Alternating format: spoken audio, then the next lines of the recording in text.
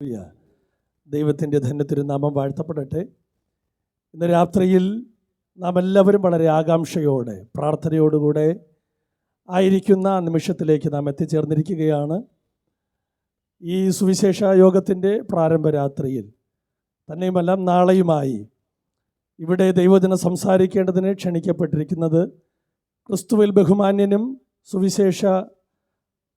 സുവിശേഷ ലോകത്തിൽ ദൈവനാമ നിമിത്തം ലോക പ്രശസ്തനായിരിക്കുന്ന ക്രിസ്തുവിൽ ബഹുമാന്യ ദൈവദാസൻ പാസ്റ്റർ അനീഷ് കാവലം അവറുകളാണ്. താനെ കൃത്യസമയത്ത് തന്നെ എത്തി. ആമേൻ. 8 മണിക്ക് മൈക്ക് കൈമാറണമെന്നാണ് ആഗ്രഹിച്ചിരുന്നാൽ സമയം അല്പം നീണ്ടുപോയി. എന്നാൽ ഞാൻ അധികം അധ്യക്ഷൻ്റെ ഭാഗത്തു നിന്നൊന്നും തന്നെ പറയാതെ ആമേൻ നാം പ്രാർത്ഥനയോടുകൂടെ ആയിരിക്കുമ്പോൾ തുടർന്നുള്ള ദൈവവചന ശുശ്രൂഷയ്ക്കായിട്ട് ക്രിസ്തുവിൽ ബഹുമാന്യ ദൈവദാസൻ പാസ്റ്റർ അനീഷ് കാവലം അവറുകളെ സ്വാഗതം ചെയ്യുന്നു. എല്ലാവരും ആ 2 കരങ്ങളും അടിച്ച് വാത്സല്യ ദൈവദാസനെ തുടർന്നുള്ള ശുശ്രൂഷയ്ക്കായി സ്വാഗതം ചെയ്താട്ടെ.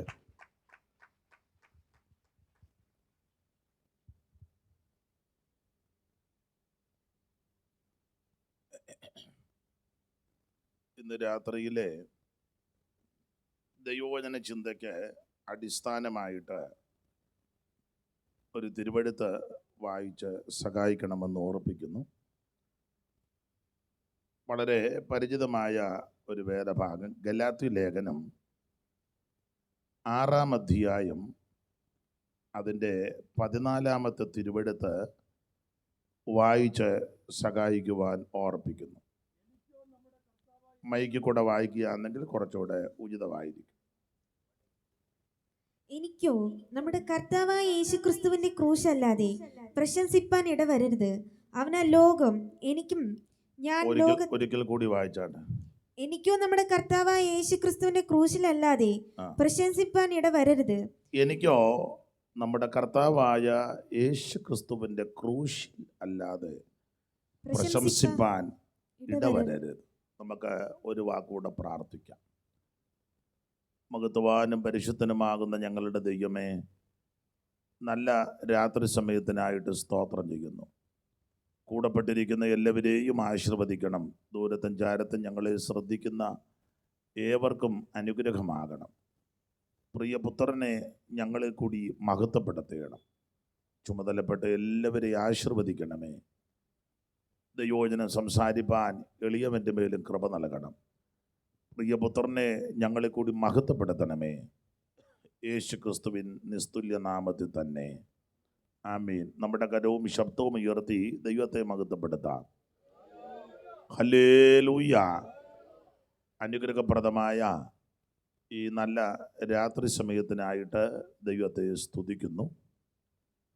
ഈ സുവിശേഷ യോഗത്തിലെ ഇന്ന് രാത്രിയിലെ അധ്യക്ഷൻ, ഈ യോഗം പ്രാർത്ഥിച്ച് ദൈവകരങ്ങളിൽ സമർപ്പിച്ച കർത്തൃദാസൻ, വേദിയിലും സദസ്സിലുമായിരിക്കുന്ന ആദരണീയ കർത്തൃദാസന്മാർ, ഗായക സംഘം, മൈക്ക് ഓപ്പറേറ്റ് ചെയ്യുന്ന പ്രിയപ്പെട്ടവർ, ദൂരസ്ഥലങ്ങളിലിരുന്ന് ഈ ശുശ്രൂഷ കാണുവാനും കേൾക്കുവാനും ഇത് പകർത്തിക്കൊണ്ടിരിക്കുന്ന പ്രിയപ്പെട്ടവർ, അവിടെ സദസ്സിലെ ബിജു പാസ്റ്റർ, അങ്ങനെ എല്ലാ കർത്തൃദാസന്മാരെയും ദൈവമക്കളെയും ഓർത്ത് ദൈവത്തിന് സ്തോത്രം. എല്ലാവർക്കും വന്ദനം.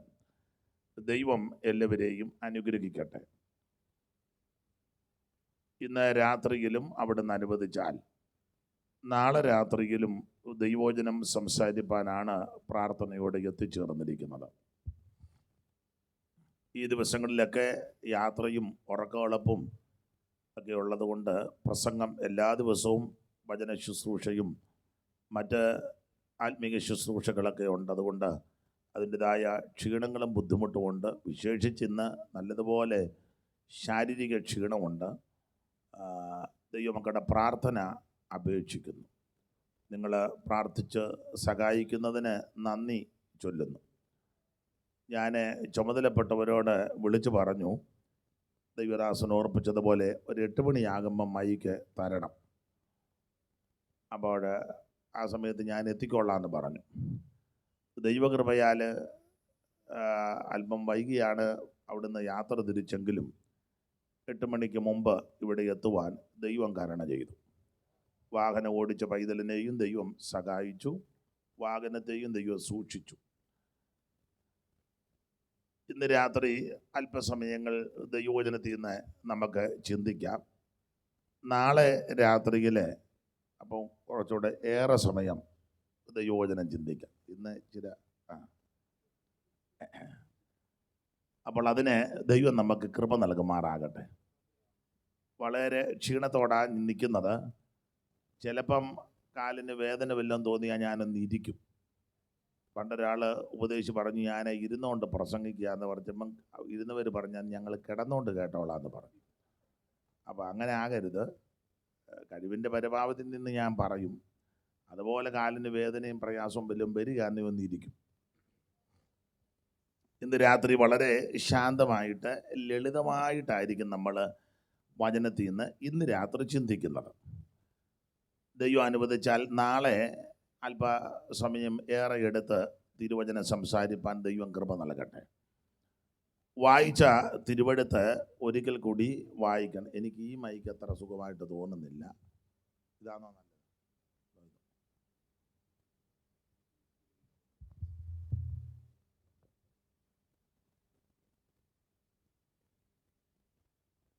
Praise the Lord. ഇതാ നല്ലത്. ഇത് പിന്നെ എന്തിനാ അതെനിക്ക് തന്നത്?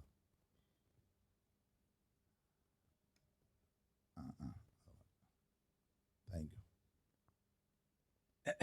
തൊണ്ടയ്ക്ക് ബുദ്ധിമുട്ടുമൊക്കെ ഉണ്ട്. അതുകൊണ്ട് എൻ്റെ ഈ വെട്ടം എങ്ങോട്ടില്ലെന്നും എനിക്ക് കണ്ണ് ചിമ്മെന്ന് ഒന്നും കാണാൻ മേല. ഈ വെട്ടം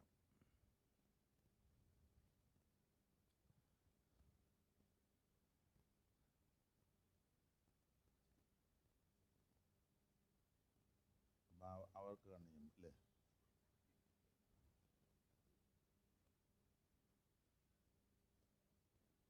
ആ പരുവത്തിന് നിൽക്കട്ടെ. ആട്ടെ, വായിച്ച തിരുവെടുത്ത് ഒന്നുകൂടെ വായിച്ച് സഹായിച്ചാട്ടെ. മോളെ ഇന്നാളെ ഇവിടെ മോളല്ലയോ വായിച്ചേ? മോളെ തന്നെ വായിക്കും. എനിക്കോ നമ്മുടെ കർത്താവായ യേശുക്രിസ്തുവിന്റെ ക്രൂശിലല്ലാതെ എനിക്കോ നമ്മുടെ കർത്താവായ യേശുക്രിസ്തുവിന്റെ ക്രൂശിലല്ലാതെ പ്രശംസിപ്പാൻ ഇടവരരുത്. ക്രൂശിലല്ലാതെ പ്രശംസിപ്പാൻ ഇടവരരുത്. ഒരിക്കൽ കൂടി കരമുയർത്തി ദൈവത്തിന് മഹത്വം കരയറ്റ. ശക്തിയോടെ ദൈവത്തെ സ്തുതിക്കാം. കാൽവരി ക്രൂശിൽ കാണും സ്നേഹത്തിൻ പൂർണ്ണത, ശത്രുവാം എന്നെ ദൈവ മിത്രമാക്കിയേ. കാൽവരി ക്രൂശിൽ കാണും സ്നേഹത്തിൻ പൂർണ്ണത, ശത്രുവാം എന്നെ ദൈവ മിത്രമാക്കിയേ. രക്തവും ചിന്തി യേശു എന്നെ രക്ഷിപ്പാനായി, ഈ സ്നേഹസ്വരൂപൻ എന്നാത്മസ്നേഹിതൻ. രക്തവും ചിന്തി യേശു എന്നെ രക്ഷിപ്പാനായി, ഈ സ്നേഹസ്വരൂപൻ. ദുഃഖത്തിൽ ആശ്വാസമായി, രോഗത്തിൽ എൻ സൗഖ്യമായി, ഘോര വിപത്തുകളിലെന്നെ ശാശ്വത പൂജങ്ങളാൽ മാർവോടണച്ചിടും, ഈ സ്നേഹസ്വരൂപനൻ. ശാശ്വത പൂജങ്ങളാൽ മാർവോടണച്ചിടും, ഈ സ്നേഹസ്വരൂപനൻ. ശാശ്വത പൂജങ്ങളാൽ മാർവോടണച്ചിടും, ഈ സ്നേഹസ്വരൂപൻ ആത്മസ്നേഹിതൻ. ഈ സ്നേഹസ്വരൂപൻ ആത്മസ്നേഹിതൻ. ഒരിക്കലും ഞാൻ കൈവിടുകില്ല നിന്നെ, ഭയപ്പെടാതെ ഞാൻ കൂടെയുള്ളതാ. ഒരിക്കലും ഞാൻ കൈവിടുകില്ല നിന്നെ, ഭയപ്പെടാതെ ഞാൻ കൂടെയുള്ളതാ. ഈയിൽ കൂടി നടന്ന നീ വന്നു പോകുമോ? പെരുവെള്ളങ്ങൾക്കു നിന്നെ മുക്കാൻ കഴിയുമോ? തീയിൽ കൂടി നടന്നാൽ നീ വന്നു പോകുമോ? പെരുവെള്ളങ്ങൾക്കു നിന്നെ മുക്കാൻ കഴിയുമോ? ദുഃഖത്തിൽ ആശ്വാസമായി, രോഗത്തിൽ എൻ സൗഖ്യമായി, ഘോരവിപത്തുകളിലെന്നെ താ. ശാശ്വത ഭുജങ്ങളാൽ മറുവോടണച്ചിടും ഈ സ്നേഹസ്വരൂപൻ സ്നേഹിതനാമേ. ശാശ്വത ഭുജങ്ങളാൽ മാർവോടണച്ചിടും ഈ സ്നേഹസ്വരൂപൻ ആത്മസ്നേഹിതൻ. നമ്മുടെ കരമുയർത്തി ദൈവത്തിന് മഹത്വം കരയേറ്റാം. ഈ നല്ല രാത്രി സമയത്തിനായിട്ട് ദൈവത്തെ സ്തുതിക്കുന്നു. കൂടപ്പെട്ടിരിക്കുന്ന ദൈവമക്കൾ, കർത്താവിൻ്റെ ദാസിദാസന്മാർ, ദൂരത്തും ചാരത്തും ശ്രദ്ധിക്കുന്ന ബഹുമാന്യരായ പ്രിയപ്പെട്ടവർ, എല്ലാവർക്കും ഒരിക്കൽ കൂടി കർത്താവിൻ്റെ നാമത്തിൽ വന്ദനം. ദൈവം എല്ലാവരെയും അനുഗ്രഹിക്കുമാറാകട്ടെ. ഈ ശുശ്രൂഷയ്ക്ക് ക്ഷണിച്ച മാന്യ സഹോദരന്മാർ, ചുമതലപ്പെട്ടവർ, അവർക്ക് ഒരിക്കൽ കൂടി നന്ദി ചൊല്ലുന്നു. ദൈവം അവരെയും അവരുടെ ആത്മീക പ്രവർത്തനങ്ങളെയും കുടുംബങ്ങളെയും എല്ലാം ദൈവം അനുഗ്രഹിക്കുമാറാകട്ടെ. വായിച്ച തിരുവെടുത്ത് വളരെ പരിചിതമായ തിരുവെടുത്താണ്. ഗലാത്യ ലേഖനം 6-ാം അധ്യായം അതിൻ്റെ 14-ാമത്തെ വാക്യം. ഒരിക്കൽ കൂടി ആ തിരുവെടുത്ത് വായിച്ച് സഹായിക്കണം. എനിക്കോ നമ്മുടെ കർത്താവായ യേശു ക്രിസ്തുവിന്റെ ക്രൂശിലല്ലാതെ എനിക്കോ നമ്മുടെ കർത്താവായ യേശു ക്രിസ്തുവിന്റെ ക്രൂശിലല്ലാതെ പ്രശംസിപ്പാൻ ഇടവരരുത്. വളരെ പരിചിതമായ വാക്യശകലമാണ് ദൈവമക്കൾക്ക് ഈ തിരുവെടുത്ത്. ഇന്നും നാളെയും മറ്റന്നാളും നടക്കുന്ന ഈ സുവിശേഷ യോഗം, ഈ ശുശ്രൂഷ കേൾവിക്കാർക്ക്, ദേശത്തിന്, കൂടപ്പെട്ടവർക്ക് അനുഗ്രഹമായി തീരട്ടെ എന്ന് വീണ്ടും പ്രാർത്ഥിക്കുന്നു. ദൈവം എല്ലാവരെയും അനുഗ്രഹിക്കുമാറാകട്ടെ. പുതിയ നിയമത്തിലെ 21 ലേഖനങ്ങളിൽ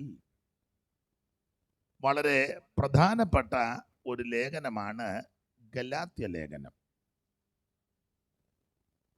എന്തിനാ ഈ ലേഖനങ്ങളെല്ലാം എഴുതിയിരിക്കുന്നത്? ദൈവസഭ ഉപദേശത്തിലും പ്രമാണത്തിലും നിലനിന്ന് കർത്താവായ യേശു ക്രിസ്തുവിൻ്റെ വീണ്ടും വരവിന് ഒരുങ്ങണം. ആ വരവിൽ ആരും കൈവിടപ്പെട്ടു പോകരുത്. എല്ലാവരും ചേർത്ത് കൊള്ളപ്പെടണം.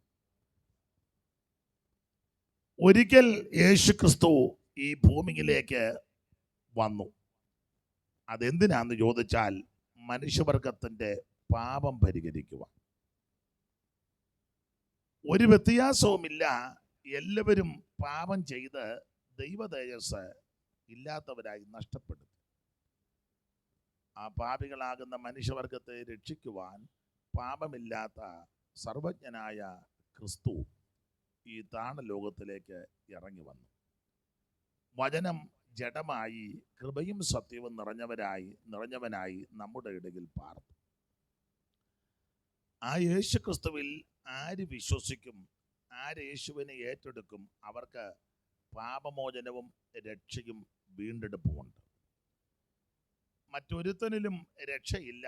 നാം രക്ഷിക്കപ്പെടുവാൻ ആകാശത്തിന് കീഴിൽ മനുഷ്യരുടെ ഇടയിൽ നൽകപ്പെട്ട ഒരേ ഒരു നാമം, അത് യേശുക്രിസ്തുവിൻ്റെ പരിശുദ്ധ നാമമാണ്.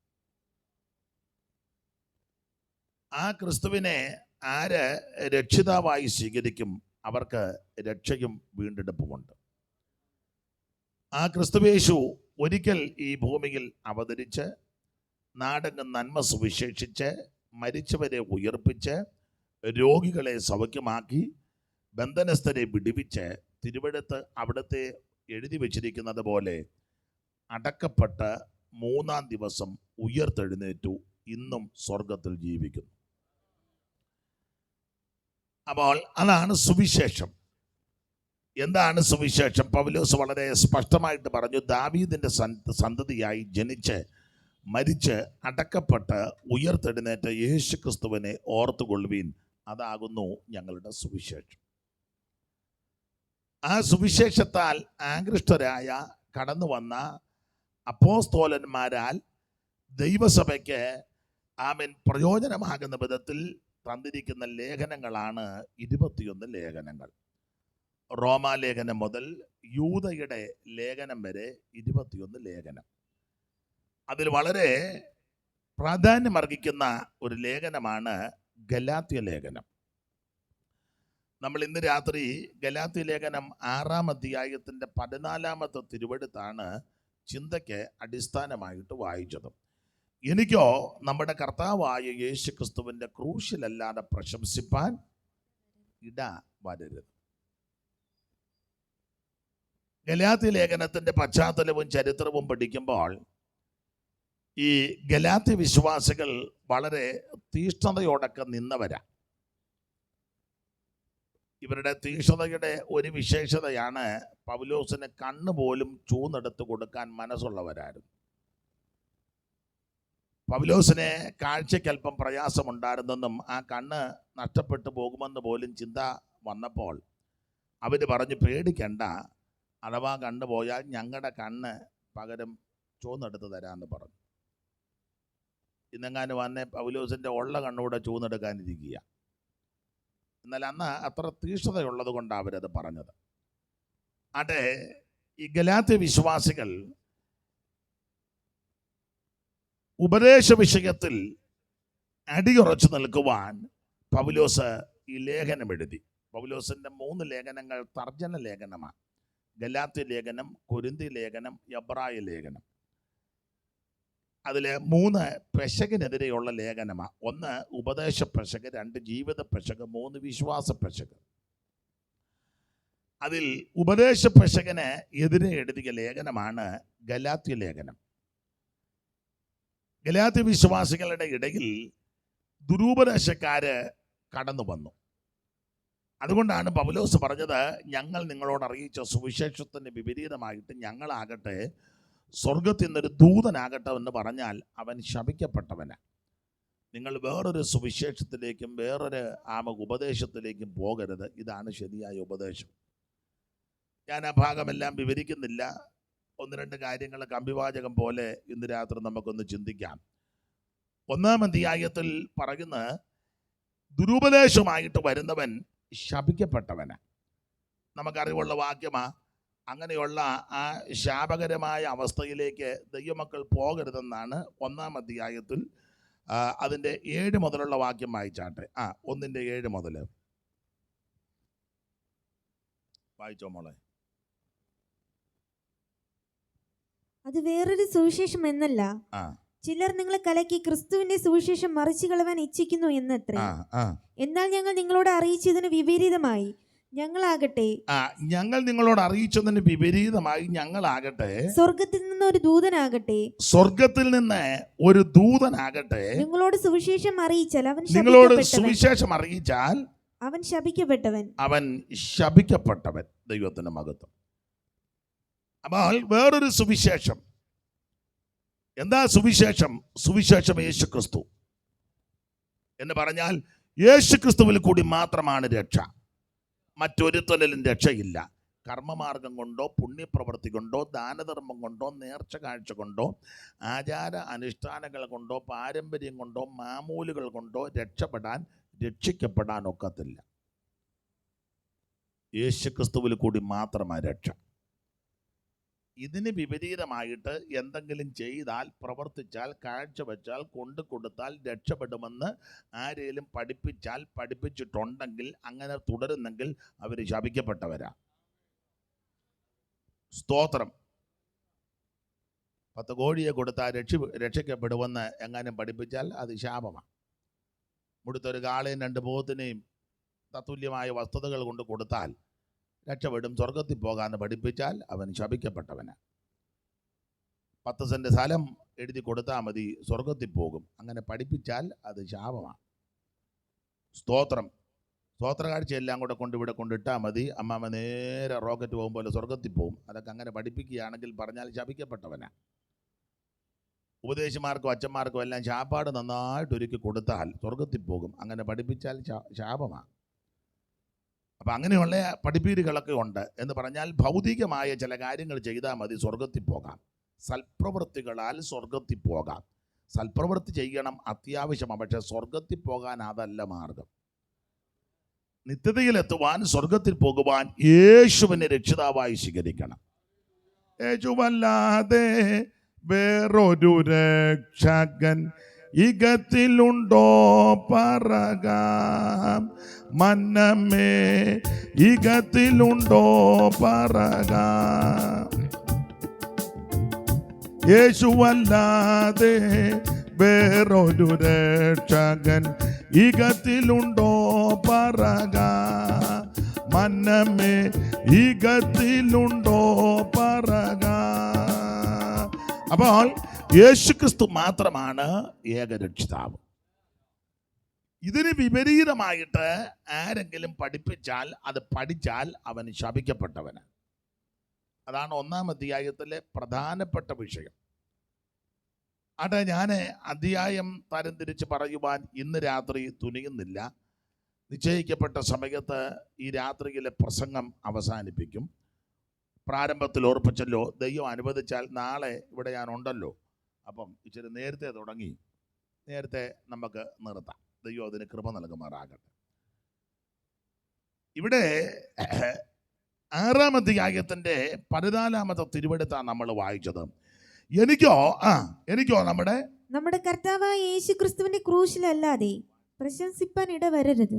എനിക്കോ നമ്മുടെ കർത്താവായ യേശു ക്രിസ്തുവിന്റെ ക്രൂശിലല്ലാതെ പ്രശംസിപ്പാൻ ഇടവരരുത്.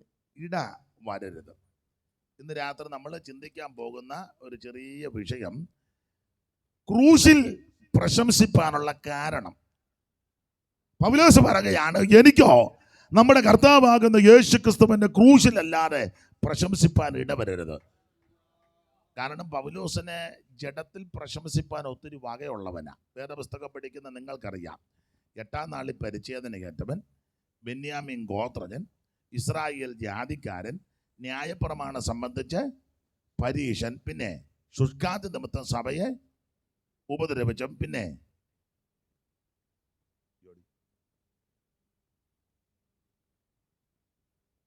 ഉപദേശിമാര് പറ, ഉപദേശിമാരുടെ ഭാര്യമാര് പറ. ഈ തണുപ്പം പിടിച്ച് വെറുതെ കുത്തിയിരിക്കാതെ വായിച്ചേ. ഫിലിപ്പിയ ലേഖനം 3-ാം അധ്യായത്തിന്റെ 4 മുതൽ വായിച്ചു. പക്ഷേ എനിക്ക് ജഡത്തിലും ആശ്രയിപ്പാൻ വകയുണ്ട്. എനിക്ക് ജഡത്തിൽ ആശ്രയിപ്പാൻ വകയുണ്ട്. മറ്റാർക്കാനും ജഡത്തിൽ ആശ്രയിക്കാമെന്ന് തോന്നിയാൽ എനിക്ക് അധികം. 8-ാം നാളിൽ 8-ാം നാളിൽ പരിച്ഛേദനയേറ്റവൻ കൃത്യത്തിന് കാര്യമൊക്കെ നടത്തിയ ആളാ.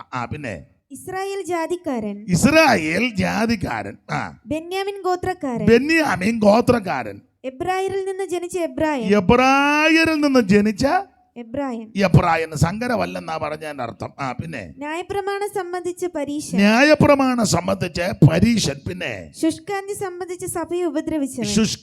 സംബന്ധിച്ച് സഭയെ കണ്ടമാനം ഉപദ്രവിച്ചവൻ. ന്യായപ്രമാണത്തിലെ നീതി സംബന്ധിച്ച് അനന്യൻ. എങ്കിലും എനിക്ക് ലാഭമായിരുന്നതൊക്കെയും ഞാൻ ക്രിസ്തുയേശു നിമിത്തം. അപ്പോൾ പൗലോസിനെ പറ്റി പറയുന്നത് ഈ വിധത്തിലൊക്കെ ഒത്തിരി ശ്രേഷ്ഠത, പ്രശംസിപ്പാൻ വകയുള്ളയാളാ. പിന്നെ റോമാ പൗരത്വം അത് കാശ് കൊടുത്ത് മേടിച്ചതല്ല, ജന്മനാ കിട്ടിയതാ. പിന്നെ ചരിത്രമൊക്കെ പറയുന്നതും പഠിപ്പിക്കുന്നതും കപ്പലുമൊക്കെ ഉണ്ടായിരുന്നെന്നാ. കപ്പലുടമസ്ഥൻ്റെ മകനാണെന്നും കപ്പലുണ്ടെന്നും ഒക്കെയാ. അതുകൊണ്ട് ആ കപ്പൽ യാത്രയെ പറ്റിയൊക്കെ നല്ല തിട്ടമുണ്ടായിരുന്നു. ഞങ്ങളുടെ ഒരു ഉപദേശി പ്രസംഗം പറഞ്ഞു, ഒരു കപ്പൽ അങ്ങോട്ട് പോകുമ്പോൾ ഒരു കപ്പൽ ഇങ്ങോട്ട് വരിക. അതെനിക്കറിയത്തില്ല. ഓട്ടോ പോകുമ്പോലെ കപ്പൽ അങ്ങോട്ടും ഇങ്ങോട്ടും പോയാൽ. അപ്പം എന്തായാലും അത്രയ്ക്ക് സൗകര്യവും ചുറ്റുപാടുമുള്ള ആളായിരുന്നു. മാത്രമല്ല ഗമാലിയലിൻ്റെ പാദപീഠത്തിലിരുന്ന് ന്യായപ്രമാണത്തിൻ്റെ എല്ലാ വശങ്ങളും നന്നായിട്ട് പഠിച്ച ആളാണ്. സെന്നിധി സംഘത്തിൽ അംഗമായിരുന്നെന്ന.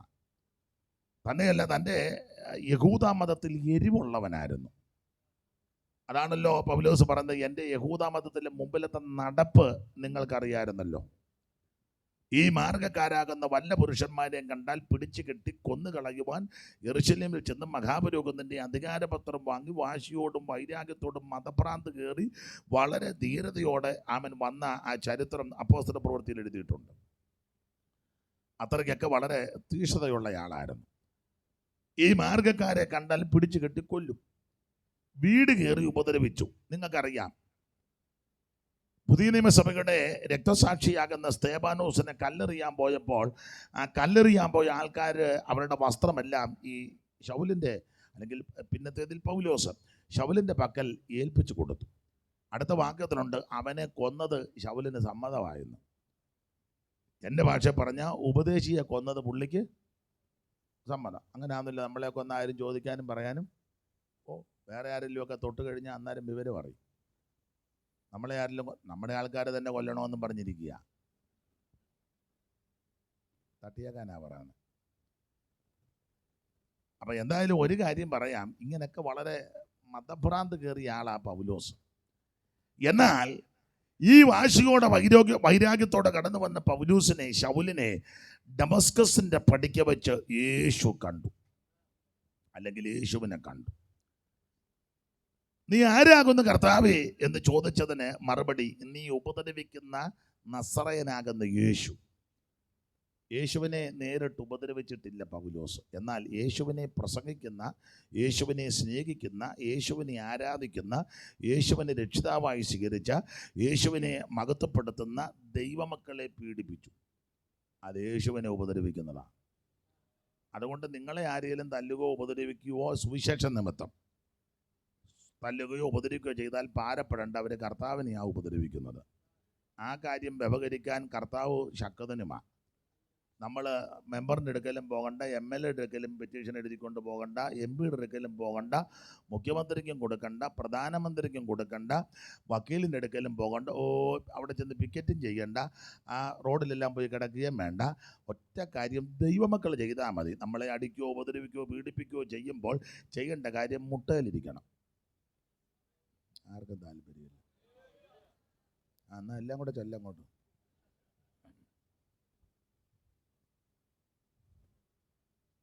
നമ്മുടെ ആയുധം പ്രാർത്ഥനയാണ്.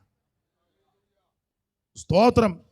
ഇവിടെ ആരെ കണ്ടാലും ഏത് ആൾക്കാർ ഇവിടെ ഭരിച്ചാലും ദൈവസഭയ്ക്ക് പീഡയുണ്ട്.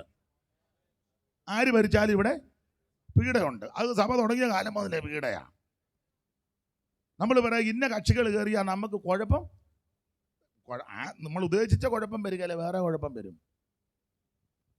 ദൈവസഭയ്ക്ക് എല്ലാ കാലത്തും പീഡയുണ്ട്. പീഡയിൽ കൂടിയാണ് ഇത് പോകേണ്ടത്. അങ്ങനെയാണെന്നല്ല പുസ്തകത്തിലെ വാക്യം, സഹിക്കുന്നുവെങ്കിൽ കൂടെ വാട, അനേക കഷ്ടങ്ങളിൽ കൂടി നാം ദൈവരാജ്യം, അങ്ങനെയാ പോകേണ്ടത്. അപ്പോൾ നമ്മൾ ഇങ്ങനെയുള്ള പ്രശ്നങ്ങൾ വരുമ്പോൾ ചെയ്യേണ്ടത് ദൈവസന്നിധിയിൽ മുഴങ്കാലമടക്കി പ്രാർത്ഥിക്കണം. ആദിമസഭയ്ക്ക് പീഡയുണ്ടായി. പീഡയുണ്ടായപ്പോൾ ഉണ്ടാകാൻ കാരണം, സുന്ദരം എന്ന ദേവാലയ ഗോപുരത്തിലൊരു മുടന്തനിരുന്നു. പത്രോസ് യോഹന്നാനും പ്രാർത്ഥിക്കാൻ ചെന്നപ്പോൾ വല്ലതും കിട്ടുമെന്ന് കരുതി ഇവൻ ഭിക്ഷ ചോദിച്ചു. അപ്പോൾ അവർ പറഞ്ഞു, നീ ഉദ്ദേശിക്കുന്ന പോലെ വെള്ളിയും പൊന്നും ഒന്നും ഞങ്ങൾക്കില്ല. വായിച്ച മോളെ 3:1 മുതൽ വായിച്ചു. അപ്പോസ്തല പ്രവൃത്തി 3-ാം അധ്യായത്തിൻ്റെ 1 മുതൽ. ഗലാത്യലേഖനം എടുക്കുന്ന ഞാൻ കണ്ടതല്ല. അപ്പോസ്തല പ്രവൃത്തി 3:1 മുതൽ. ഒരിക്കൽ പത്രോസും യോഹന്നാനും 9-ാം മണി നേരം പ്രാർത്ഥന സമയത്ത് ദേവാലയത്തിലേക്ക് ചെല്ലുമ്പോൾ അമ്മയുടെ ഗർഭം മുതൽ മുടന്തനായ ഒരാളെ, എനിക്ക് നിങ്ങളെ അഭിനന്ദിക്കും. നിങ്ങൾ ബൈബിൾ കൊണ്ടുവന്ന് കഴിഞ്ഞ ദിവസം ഞാൻ ചോദിച്ചപ്പം അന്നേരം ഉണ്ടായിരുന്നല്ലേ? നന്നായിരിക്കുന്നു കേട്ടോ. ചില മോനും കൊണ്ടുവന്ന് നന്നായിരിക്കുന്നു. ചിലർ ചുമ്മാ അങ്ങ് അടക്കുക, പാട്ട അടിയാന്ന് പറഞ്ഞ് വേറെ ദിവസം കൊണ്ട്. അങ്ങനെയുള്ളവരാര് നമ്മുടെ സ്റ്റേജിൽ പോലും കയറ്റരുത്. അവൻ പാടാനായിട്ട് ഇങ്ങനെ നിൽക്കും, വേറെ ദിവസം എന്ത് പാടാന്ന് ചോദിക്കണം. ഇത് ആത്മീക ശുശ്രൂഷയാണ്. നിങ്ങളെ അഭിനന്ദിക്കുന്നു. ദൈവം നിങ്ങളെ അനുഗ്രഹിക്കട്ടെ. അങ്ങനെ വേണം. പാട്ടുകാരാന്തേലും കൊട്ടുകാരാന്തേലും എല്ലാം വേറെ ദിവസമായിട്ട് വന്നിരിക്കണം. കാരണം ഇത് ദൈവത്തിൻ്റെ വചനമാണ്. ഒത്തിരി സന്തോഷം. നിങ്ങളത് തുറന്ന് നോക്കുകയും വായിക്കുകയും ചെയ്ത് ദൈവം നിങ്ങളെ അനുഗ്രഹിക്കട്ടെ. സ്തോത്രം. ഇത് എല്ലാ പാട്ടുകാർക്കും എല്ലാ കൂട്ടുകാർക്കും ഒരു മാതൃകയാണ്. ഇതിങ്ങനെ ഒരു കാണാൻ പോലെ നിൽക്കുക, വേറെ പുസ്തകം കൊണ്ടുവരികയില്ല, തുറക്കുകയില്ല, വായിക്കുകയില്ല. അങ്ങനെ ഒത്തിരി ഒത്തിരി കേസുകളുണ്ട്. അത് പോട്ടെ, അയ്യോ നിങ്ങൾ എന്തിക്കണ്ട. മോള് വായിച്ചോ, മോള് ഇതൊന്നും കണ്ടു ഞെട്ടണ്ട. 3-1. ഒരിക്കൽ പത്രോസ് യോഹന്നാനും 9-ാം മണിനേരം പ്രാർത്ഥന സമയത്ത് ദേവാലയത്തിലേക്ക് ചെല്ലുമ്പോൾ അമ്മയുടെ ഗർഭം മുതൽ മുടന്തനായ ഒരാളെ ചിലർ ചുമന്നുകൊണ്ടുവന്നു. അവനെ ദേവാലയത്തിൽ ചെല്ലുന്നവരോട് ഭിക്ഷ യാചിപ്പാൻ സുന്ദരമെന്ന ദേവാലയ ഗോപുരത്തിങ്കൽ ദിനം പ്രതി ഇരുത്തുമാറുണ്ട്. നല്ല സ്ഥലത്താണ് ഇരിക്കുന്നേ, പക്ഷെ എല്ലാരോടും അങ്ങനെയുള്ള ആൾക്കാർ പെന്തിക്കോസിലും ഉണ്ട്. നല്ല സ്ഥലത്താണ് നീ വന്നു കയറിയിരിക്കുന്നത്. ഏറ്റവും ശ്രേഷ്ഠമേറിയ ഒരു അനുഭവത്തിലായി എത്തിയത്. നിന്നെ പുലർത്താൻ നിന്റെ ദൈവം വിശ്വസ്തനുമാണ്.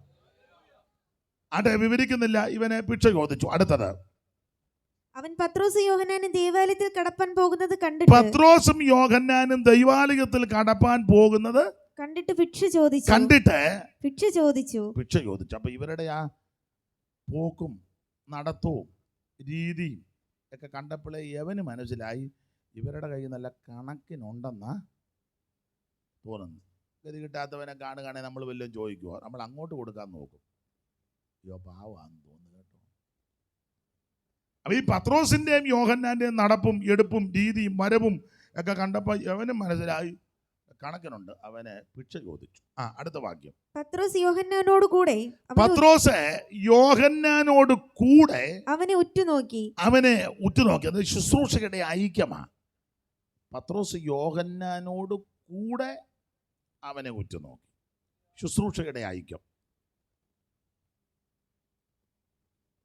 ഇന്നെല്ലാവരും ഒറ്റയ്ക്ക് നോക്കാൻ നടക്കുക. യോഹന്നാനെ കൂട്ടുപിടിക്കുകയല്ല, എല്ലാവരും ഒറ്റയ്ക്ക്. നമ്മുടെ എല്ലാം ചിന്തയാതാ. ഞാൻ നോക്കുമ്പം മുടന്തൻ എഴുന്നേക്കണം, അവൻ നോക്കുമ്പോൾ ഒന്നും നടക്കരുത്. ഞാൻ കൈവച്ച് പ്രാർത്ഥിക്കുമ്പോൾ അത്ഭുതം നടക്കണം, അവൻ കൈവച്ച് പ്രാർത്ഥിച്ച ഒന്നും നടക്കരുത്. അത് നല്ല ചിന്തയല്ല. ചിലപ്പോൾ ഞങ്ങൾ ഈ സ്റ്റേജിൽ നിന്ന് പ്രസംഗിക്കുമ്പോൾ വലിയ അത്ഭുതം നടക്കുകയില്ല, നിങ്ങൾ പ്രാർത്ഥിക്കുമ്പോഴായിരിക്കും അത്ഭുതം. ചിലപ്പോൾ ഞങ്ങൾ ഇവിടെ നിന്ന് നല്ല ഈ വില്ല് വളയം പോലെ നിന്ന് പ്രസംഗിച്ചാലും ഒന്നും നടക്കുകയില്ല. നിങ്ങൾ അവിടെ ഇരുന്നൊരു ഹല്ലേലൂയ പറയും, ഒരു സ്തോത്രം പറയുമ്പോഴായിരിക്കും ദൈവശക്തി വ്യാപരിക്കുന്നത്. ഞങ്ങളുടെ നാട്ടിലെ ഒരു പഴഞ്ചൊല്ലുണ്ട്, വേണേ ഒന്ന് പറയാൻ. നിങ്ങൾ കേട്ടിട്ടുണ്ടോ എന്നറിയത്തില്ല. കേട്ടിട്ടില്ലേ? ഒന്ന് കേട്ടിട്ടുണ്ടെങ്കിൽ ഒന്നുകൂടെ ഒന്ന് ഓർക്കുന്ന നല്ലതാ. അവർ പഴഞ്ചൊല്ല, ആര് കുത്തിയാലും അരി വെളുക്കട്ടെ എന്ന് പറഞ്ഞാൽ, നിങ്ങൾ പ്രാർത്ഥിക്കുമ്പോഴോ പാടുമ്പോഴോ സ്തോത്രം ചെയ്യുമ്പോഴോ ഞങ്ങൾ പ്രസംഗിക്കുമ്പോഴോ ഈ മകൾ ചിലപ്പോൾ വചനം വായിക്കുമ്പോഴോ ഈ ദൈവദാസന്മാർ ദൈവത്തെ സ്തുതിക്കുമ്പോഴോ ഏത് സമയത്താ ദൈവപ്രവൃത്തി വെളിപ്പെടുന്നറിയത്തില്ല. എങ്ങനെയാണെങ്കിലും യേശുവിൻ്റെ നാമം ഉയരണം. എല്ലാ നാമത്തിലും മേലായ നാമമാണ് യേശുവിൻ്റെ നാമം. സ്വർലോകരുടെയും ഭൂലോകരുടെയും അധോലോകരുടെ മുഴങ്കാലുകൾ മടങ്ങുന്ന പരിശുദ്ധ നാമമാണ് യേശുവിൻ്റെ നാമം.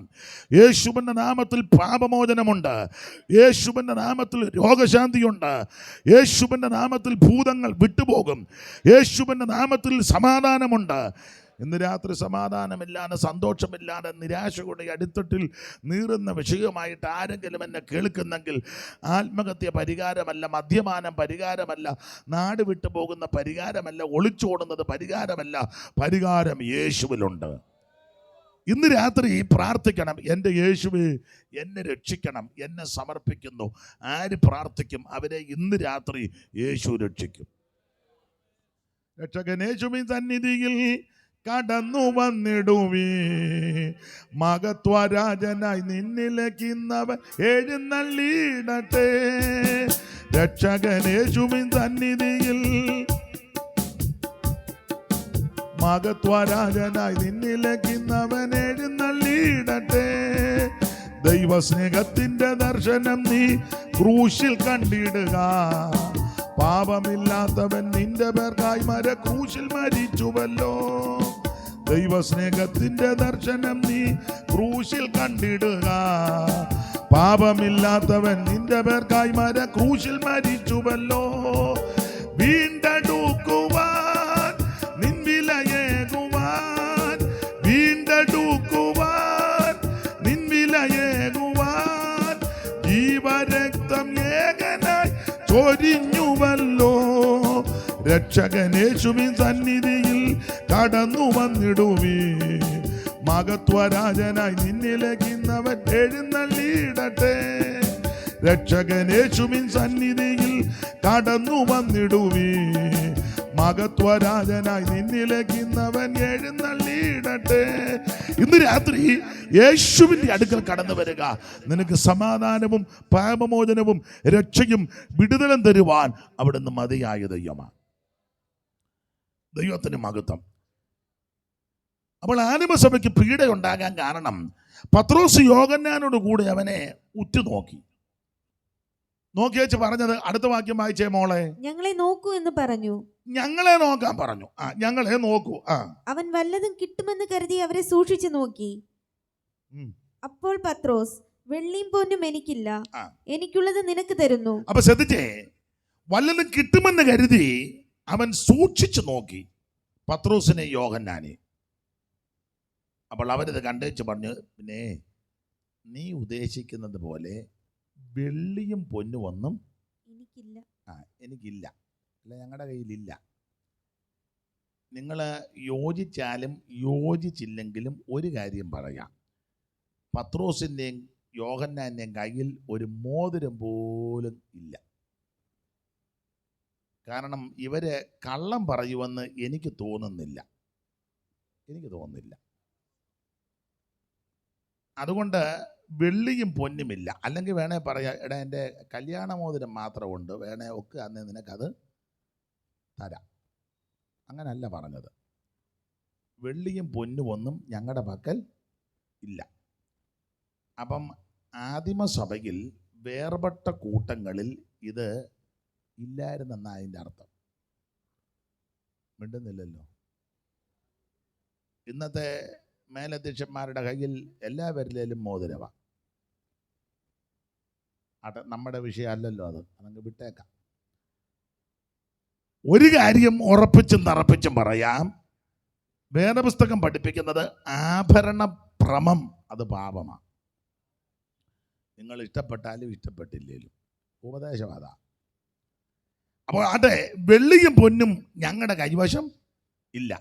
എന്നാൽ ഇങ്ങനെ അതിൻ്റെ ആശയം എങ്ങനെയാ, നീ ഉദ്ദേശിക്കുന്നത് പോലെ വെള്ളിയും പൊന്നും ഞങ്ങളുടെ കൈവശം ഇല്ലെങ്കിലും വെള്ളിയേക്കാൾ പൊന്നിനേക്കാൾ വിലമതിക്കുന്ന ഒന്നുണ്ട്. അത് മറ്റൊന്നുമല്ല, നസറായനാകുന്ന യേശുക്രിസ്തു. പൊന്നിലും തങ്കത്തിലും ആഗ്രഹിക്കത്തക്ക തിരുവചനം, ആ വചനമാണ് ക്രിസ്തു. ആദിയിൽ വചനമുണ്ടായിരുന്നു, വചനം ദൈവത്തോടു കൂടിയായിരുന്നു, ആ വചനം ദൈവമായിരുന്നു. അപ്പോൾ പൊന്നിനേക്കാൾ വെള്ളിയേക്കാൾ വിലമതിക്കുന്ന ഒന്നാണ് നസറയനാകുന്ന യേശു. യേശുവിൻ്റെ നാമത്തിൽ എഴുന്നേക്കാൻ പറഞ്ഞു. ക്ഷണത്തിൽ അവൻ്റെ നരിയാണി ഉറച്ചു. അതാ രോഗശാന്തി. അടുത്ത വാക്യം വായിച്ചേ മോളെ. എനിക്കുള്ളത് നിനക്ക് തരുന്നു. നസ്രയനായ യേശുക്രിസ്തുവിന്റെ നാമത്തിൽ നടക്ക എന്ന് യേശുക്രിസ്തുവിന്റെ നാമത്തിൽ നടക്കാൻ പറഞ്ഞു. നടക്ക എന്ന് പറഞ്ഞ് അവനെ വലം കൈക്ക് പിടിച്ച് എഴുന്നേൽപ്പിച്ചു. ക്ഷണത്തിൽ അവന്റെ കാലും നരിയാണിയും ഉറച്ച് അവൻ കുതിച്ചെഴുന്നേറ്റ് നടന്നു. ഇതാ രോഗശാന്തി. ഇന്നും നിന്നിട്ടില്ല, കാരണം യേശു ഇന്നും ജീവിക്കുന്നു. ഇതാണ് ശരിയായ രോഗശാന്തി. ഇന്ന് രോഗശാന്തി വരപ്രാപ്തന്മാരൊക്കെ കാട്ടിക്കൂട്ടുന്ന വിക്രിയ. ഇന്നെങ്ങാനും ഒരു മുടന്തനാന്ന് ആദ്യം അവനെ പിടിച്ചോഞ്ചു, കമോൺ. അവനെ ഒത്തിയും ചാടി പിന്നെ അവനെ സ്റ്റേജിലിട്ട് അവിടെ നിന്ന് ഇങ്ങോട്ടൊന്ന് നടത്തി. പിന്നെ അവിടെ നിന്ന് സ്ഥലം ഞാൻ പറയുന്നില്ല, പണ്ടൊരുത്തനെ നടത്തി അവൻ പൊത്തോന്ന് താഴോട്ടും വീണ്. വലിയ കാര്യമുള്ള കാര്യമാണ്.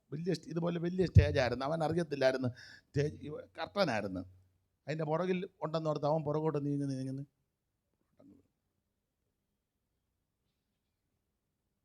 യേശു സൗഖ്യമാക്കിയ ഒറ്റയൊരുത്തനെ യേശു ഡ്രില്ല് കളിപ്പിച്ചില്ല.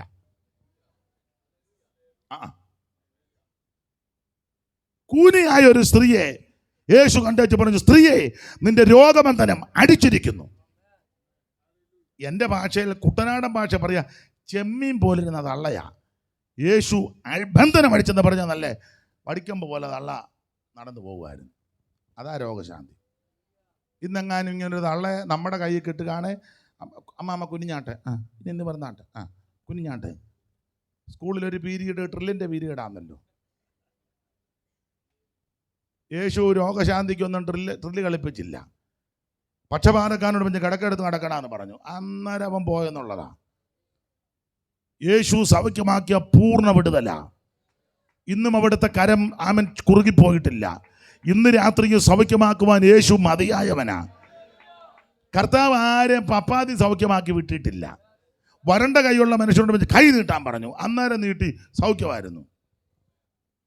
ഇന്ന് ഈ പേരിലൊക്കെ ഒത്തിരി വിക്രിയകളുണ്ട്. ഞാൻ ആ ഭാഗത്തേക്ക് പോകുന്നില്ല. ഇവിടെ നിങ്ങൾ ശ്രദ്ധിച്ച്, പത്രോസ് അവൻ്റെ കൈക്ക് പിടിച്ച് എഴുന്നേൽപ്പിച്ചു. ക്ഷണത്തിൽ അവൻ്റെ നരിയാണി ഉറച്ച് അവൻ കുതിച്ചെഴുന്നേറ്റ് നടന്നും തുള്ളിയും ദൈവത്തെ പുകഴ്ത്തിയും കൊണ്ട്. അതായത് വിടുതൽ പ്രാപിച്ചവൻ തുള്ളും. അവനെ തുള്ളിപ്പിക്കുമൊന്നും വേണ്ട. പത്രോസ് അവനോട് പറഞ്ഞില്ല, തുള്ളിയാട്ടെ ബ്രദർ, ഒന്നുകൂടെ തുള്ളിയാട്ടെ, ശക്തിയോട് തുള്ളിയാട്ടെ, ഒരിക്കൽ കൂടി തുള്ളിയാട്ടെ, പോരാ അതൊന്നും പത്രോസ് പറഞ്ഞില്ല. ഇന്ന് അങ്ങനെ ആണല്ലോ നടത്തുന്നതല്ല. ഒരിക്കൽ കൂടെ അവൻ ഒന്നുകൂടെ പോരാ, അവൻ പിന്നെയും തുള്ളി ശക്തിയോടെ. അവസാനം പിന്നെ അവൻ്റെ ഏണം വേദനിച്ചു. പത്രോസ് ഒന്നും ആരെ ഇട്ട് തുള്ളിപ്പിച്ചില്ല. എടാ, സൗഖ്യം പ്രാപിച്ചവൻ നീ പറഞ്ഞാലും പറഞ്ഞില്ലെങ്കിലും അവൻ തുള്ളും. യേശുവിൽ നിന്ന് വിടുതൽ കിട്ടിയവൻ അടങ്ങിയിരിക്കാനൊക്കത്തില്ല. അവനോട് മിണ്ടരുതെന്ന് പറഞ്ഞാൽ അവൻ ഉറക്ക ഹല്ലേലൂയ പറയും. തുള്ളരുതെന്ന് പറഞ്ഞാൽ അവൻ തുള്ളിക്കൊണ്ട് ദൈവത്തെ മഹത്വപ്പെടുത്തും. അനങ്ങരുതെന്ന് പറഞ്ഞാലും അവൻ ദൈവത്തെ മഹത്വപ്പെടുത്തും. കാരണം അവിടുത്തെ അനുഭവിച്ചവർക്കാർക്കും അടങ്ങിയിരിക്കാനൊക്കത്തില്ല. നിന്നെ കാണും ജനങ്ങൾക്കു പിന്നെ ദുഃഖം ഒന്നുമില്ല. നിന്നെ കാണും ജനങ്ങൾക്കു പിന്നെ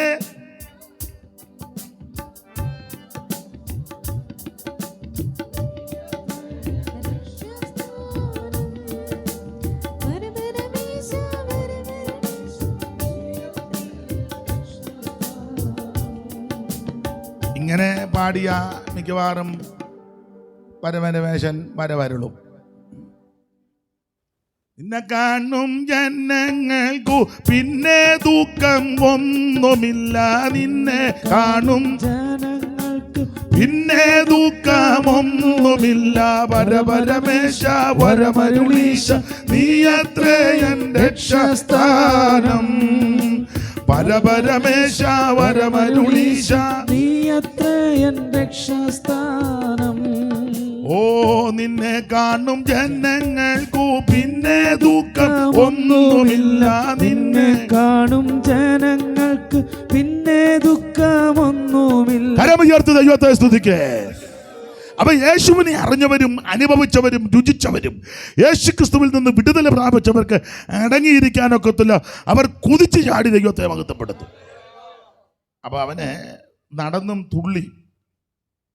തുള്ളിയും വീട്ടിൽ പോയെന്നല്ല, പിന്നെ എവിടെ പോയെന്നാ മോളെ? ദൈവത്തെ പുകഴ്ത്തിക്കൊണ്ട് അവരോട് കൂടെ ദേവാലയത്തിൽ കടന്നു. അതാ വിടുതൽ പ്രാപിച്ചവന്റെ ലക്ഷണം. അതാ അവൻ നേരെ പള്ളിയിലോട്ട് വരും. നമ്മൾ വിടുതൽ കിട്ടി തുള്ളി പഴയ സ്ഥലത്തോട്ട് പിന്നെയും പോവുക. പിന്നെ അവിടെ കിടന്നങ്ങ് തുള്ളുക. നമ്മൾ ചോദിക്കും, അമ്മാമ്മ എന്നെ ഇങ്ങോട്ട് വരും. ഓ, ഞങ്ങൾ ഇവിടെയൊക്കെ ഉണ്ട് തുള്ളൽ. പിന്നെ ഇവിടെ വന്ന് വിടുതൽ പ്രാപിച്ച് നേരെ തുള്ളി പഴയ സ്ഥലത്ത് ചെന്ന് അവിടെ കിടന്നങ്ങ് തുള്ളുക. ഇവൻ അങ്ങനല്ല. വിടുതൽ പ്രാപിച്ചവൻ നേരെ നടന്നും തുള്ളിയും ആലയത്തിൽ വന്നു. അതെ, വിവരിക്കുന്നില്ല.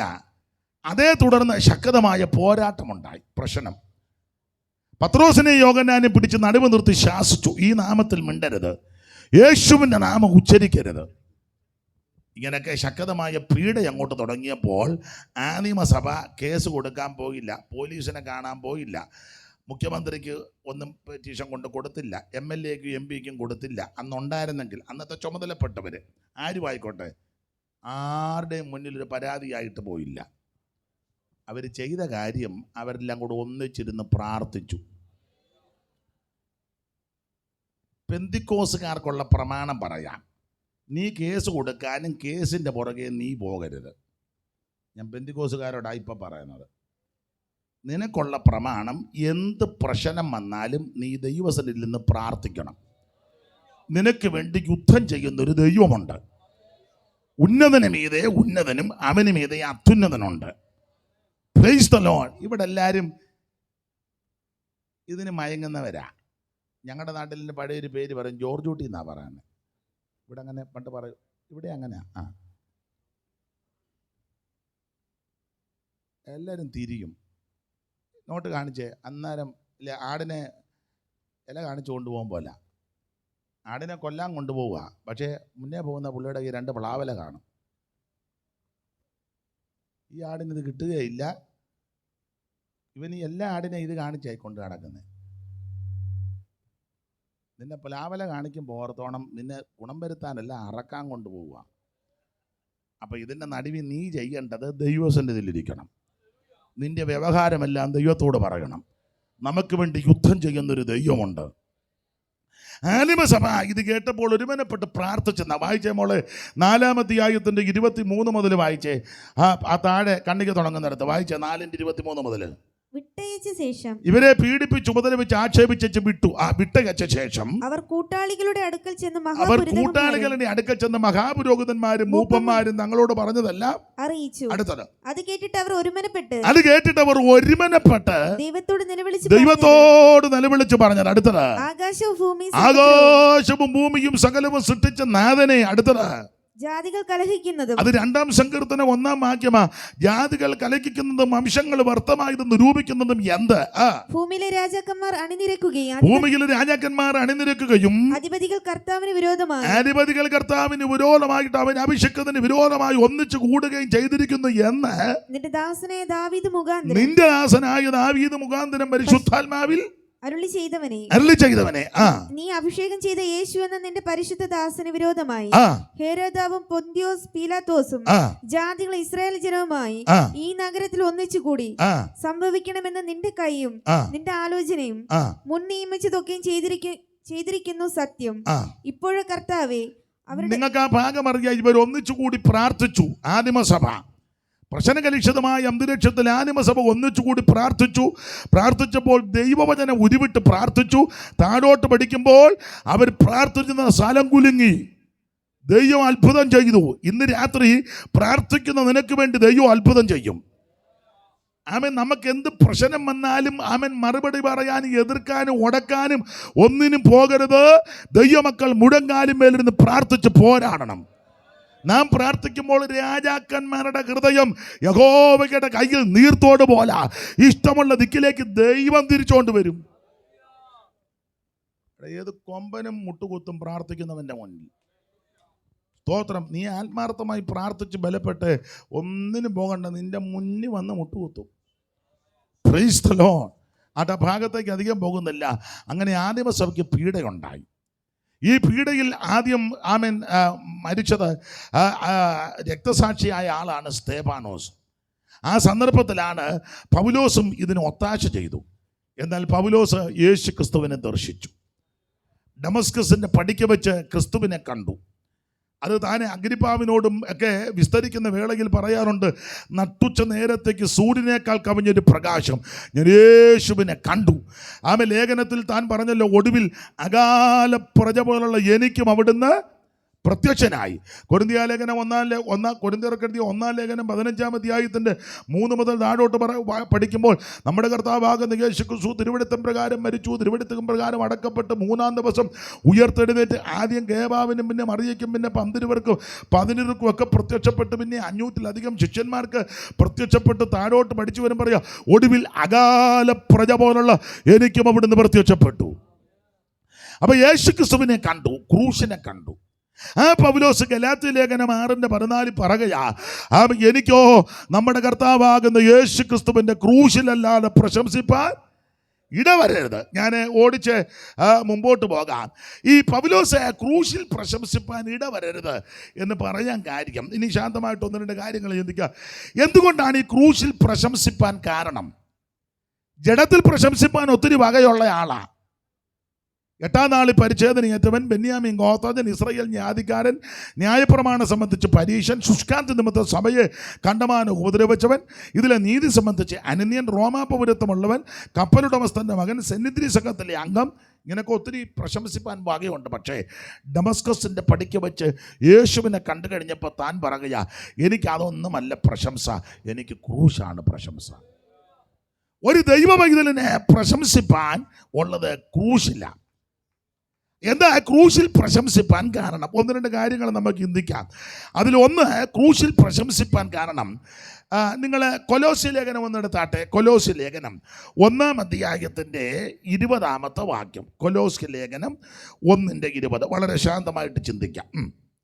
അവനിൽ സർവസമ്പൂർണതയും വസിപ്പാനും അവൻ ക്രൂശിൽ 19 മുതൽ വായിച്ചു, അന്നേരം കുറച്ചുകൂടെ ക്ലിയർ ആക്കാം. അവനിൽ സർവസമ്പൂർണത വസിപ്പാനും അവൻ ക്രൂശിൽ ചൊരിഞ്ഞ രക്തം അവനിൽ സർവസമ്പൂർണതയും വസിപ്പാനും അവൻ ക്രൂശിൽ ചൊരിഞ്ഞ രക്തം കൊണ്ട് അവൻ മുഖാന്തര സമാധാനം ഉണ്ടായി. അപ്പൊ ശ്രദ്ധിക്കുക, ഒരു വ്യക്തി ക്രൂശിൽ പ്രശംസിപ്പാനുള്ളതിന്റെ പ്രധാനപ്പെട്ട ഒരു കാരണം ക്രൂശിൽ രക്തം ചൊരിഞ്ഞു. അതുകൊണ്ടാണ് ഞാനും നിങ്ങളും ക്രൂശിൽ പ്രശംസിക്കുന്നത്. ഒരു ദൈവപൈതലിന് പ്രശംസിപ്പാനുള്ളതിന്റെ പ്രധാനപ്പെട്ട വിഷയം ക്രൂശിൽ പ്രശംസിക്കണം. എന്തുകൊണ്ടാണ് ക്രൂശിൽ പ്രശംസിക്കുന്നത്? ഒന്ന്, ക്രൂശിൽ രക്തം ചൊരിഞ്ഞു. ആരുടെ രക്തം? യേശുവിന്റെ രക്തം. അതെവിടെ ചൊരിഞ്ഞു? കാൽവറിയിൽ ചൊരിഞ്ഞു. ഈ രക്തത്തിന്റെ വിശേഷത എന്താ? എല്ലാ രക്തം പോലല്ല യേശുവിന്റെ രക്തം. അത് പാപമില്ലാത്ത പരിശുദ്ധ രക്തമാണ്. അത് വിലയേറിയ രക്തമാണ്. അത് നിർമ്മല രക്തമാണ്. അത് പരിശുദ്ധ രക്തമാണ്. അത് പാപം മോചിക്കുന്ന രക്തമാണ്. അത് രോഗം സൗഖ്യമാക്കുന്ന രക്തമാണ്. അത് പുണ്യാക രക്തമാണ്. ഇത് സംസാരിക്കുന്ന രക്തമാണ്. ഇത് ഹാബേലിന്റെ രക്തത്തെക്കാൾ ഗുണകരമായി സംസാരിക്കുന്ന രക്തമാണ്. ആട്ടുകൊറ്റന്മാരുടെയും കാടക്കിടാക്കളുടെയും രക്തവും മലിനപ്പെട്ടമേ തളിക്കുന്ന പശുഭസ്മവും ജഡികശുദ്ധി വരുത്തുമ്പോൾ നിത്യാത്മാവിനാൽ പിതാവാം ദൈവത്തിന് തന്നെത്താൻ നിഷ്കളങ്കനായി സമർപ്പിച്ച യേശുക്രിസ്തുവിന്റെ പരിശുദ്ധ രക്തം. വെളിപ്പാട് പുസ്തകം പഠിപ്പിക്കുന്നത് ഈ രക്തം നമുക്ക് ജയം തരുന്ന രക്തമാണ്. നിന്റെ പരാജയത്തെ മാറ്റി, തകർച്ചകളെ മാറ്റി, നിന്റെ കെടുതികളെയും കെടുമതികളെയും മാറ്റി എനിക്കും നിനക്കും ജയം തരുവാൻ പര്യാപ്തമായ രക്തമാണ് യേശുക്രിസ്തുവിന്റെ പരിശുദ്ധ രക്തം. അവിടുത്തെ തിരുരക്തത്താൽ സകല പാപങ്ങളും മോചിക്കപ്പെടും.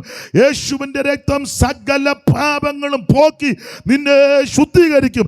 ഇന്ന് രാത്രി കർത്താവിനോട് പറ, യേശുവേ ഞാനൊരു പാപിയാ, യേശുവേ എൻ്റെ പാപം ക്ഷമിക്കണം, യേശുവേ അവിടുത്തെ പരിശുദ്ധ രക്തം കൊണ്ട് എന്നെ കഴുകണം, അവിടുത്തെ മകനാക്കി മകളാക്കി എന്നെ തീർക്കണം, എൻ്റെ പാപങ്ങളെ മോചിച്ച് എന്നെ ഇന്ന് രാത്രി രക്ഷിക്കണമെന്ന് ആര് പ്രാർത്ഥിക്കും? അവരുടെ പാപങ്ങളെ മോചിച്ച് അവരെ രക്ഷിക്കുവാൻ കഴിവുള്ള നസറായൻ ഇന്ന് രാത്രി നമ്മുടെ നടുവിൽ വന്നിട്ടുണ്ട്. അപ്പോൾ ക്രൂശിൽ പ്രശംസിപ്പാൻ കാരണം ക്രൂശിൽ രക്തം ചൊരിഞ്ഞു. ആരുടെ രക്തം? യേശുക്രിസ്തുവിന്റെ രക്തം.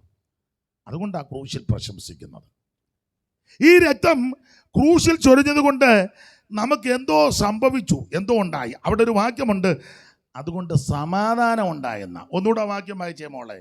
അവനിൽ സർവ്വസമ്പൂർണത വസിപ്പാനും അവൻ ക്രൂശിൽ ചൊരിഞ്ഞ രക്തം കൊണ്ട് അവൻ മുഖാന്തര സമാധാനം ഉണ്ടായി. അവൻ മുഖാന്തരം നമുക്ക് സമാധാനം ഉണ്ടായി. അപ്പൊ യേശു ക്രിസ്തു ക്രൂശിൽ രക്തം ചൊരിഞ്ഞത് കൊണ്ട് ചെല്ലി ചോദിക്കും, യേശു ക്രൂശിൽ ചത്തനെ ഞങ്ങൾക്ക് എന്നാന്ന്? ഞങ്ങൾക്ക് എന്നാന്നുള്ളതിന് മറുപടിയാ സമാധാനം ഉണ്ടായി. ഒരു കാലത്ത് എനിക്കും നിങ്ങൾക്കും സമാധാനമില്ലായിരുന്നു. ഇപ്പം നമുക്ക് സമാധാനമില്ലേ? എൻ്റെ ഭാഷ ഈ കൺവെൻഷൻ തീരുന്നത് വരെ എനിക്കൊരു സമാധാനവും. അങ്ങനെയാണോ? എൻ്റെ ഭാഷ പെണ്ണിൻ്റെ കല്യാണം നടന്നില്ല, അവിടെ ഇനി കല്യാണം കഴിക്കുന്നത് വരെ എനിക്ക് ആ നോട്ടം ഇരിപ്പം കണ്ടിട്ടൊക്കെ അങ്ങനെയാണ് തോന്നുന്നത്. സ്തോത്രം. എൻ്റെ ഭാഷ അയൽക്കൂട്ടത്തിൽ നിന്ന് ലോൺ എടുത്തിട്ടുണ്ട്, അതിനി അടച്ചു തീരുന്നത് വരെ എനിക്ക് എനിക്ക് തോന്നി അമ്മയുടെ ഇരിപ്പ് കണ്ടപ്പം. സ്തോത്രം. എനിക്കൊരു സമാധാനവും. സ്തോത്രം. അല്ല അല്ല അല്ല അല്ല എനിക്കും നിങ്ങൾക്കുമെല്ലാം ഒത്തിരി പ്രശ്നങ്ങളുള്ളവരാ. കടഭാരമുള്ളവർ ഇതിനകത്ത് കാണും, ഭവനമില്ലാത്തവർ ഇതിനകത്ത് കാണും, കുഞ്ഞുങ്ങളുടെ ഭാവി ഓർത്ത് ഞരങ്ങുന്നവർ ഇതിനകത്ത് കാണും, ജോലിയില്ലാതെ ഭാരപ്പെടുന്നവർ കാണും, ഓരോ ദിവസവും വളരെ പ്രയാസത്തിൽ കൂടെ പോകുന്നവരൊക്കെ കാണും, പല പ്രശ്നങ്ങൾ. പക്ഷേ ഇതിൻ്റെ എല്ലാം നടുവിൽ നമുക്കൊരു സമാധാനമുണ്ട്. ആ സമാധാനം എങ്ങനെ കൈവരിച്ചു? കാരണം ക്രിസ്തു നമ്മുടെ സമാധാനം.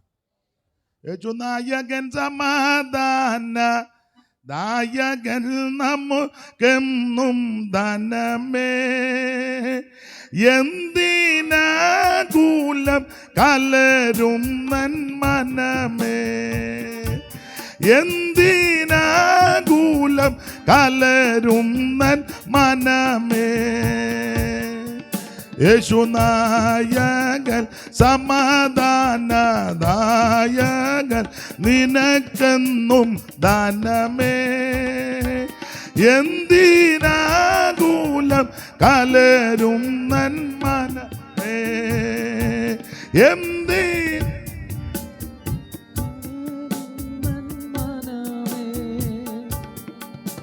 കരമുയർത്ത് ദൈവത്തെ സ്തുതിക്കാം. ഇന്നിപ്പം ഞാൻ തന്നെ പാടേണ്ട ഗതികേടാ. കുഴപ്പമില്ല. എനിക്ക് അന്ന് തൊണ്ടവേദനയും ബുദ്ധിമുട്ടും ഉണ്ട്. ഇന്നാളെ ഞാൻ പറഞ്ഞ് പാടാൻ വയ്യ. അപ്പോൾ ഒരു തള്ള പറഞ്ഞ് പാടാനല്ലല്ലോ വിളിച്ചത്, പ്രസംഗിക്കാനല്ലേ വിളിച്ചേ. പിന്നെ ഞാനങ്ങ് പ്രസംഗിച്ചു. അപ്പം എന്തായാലും ഒരു വ്യക്തിക്ക് ക്രൂശിൽ പ്രശംസ, മോനെ ഓളി ഉറക്കിടയ്ക്ക് കുറയ്ക്കരുത്, എൻ്റെ ദൈവത്തെ ഓർത്ത് കാല് പിടിച്ചപേക്ഷിക്കുക. കൂട്ടി തന്നെ വെച്ചു. ഉറക്കെ പറയുമ്പോൾ ഞാൻ അകത്തേക്കുവാണ്. കുഞ്ഞു കൂടെ തിരിച്ച് തൊണ്ട ഇന്ന് വൈകി, അതുകൊണ്ട് ഹല്ലേലൂയ.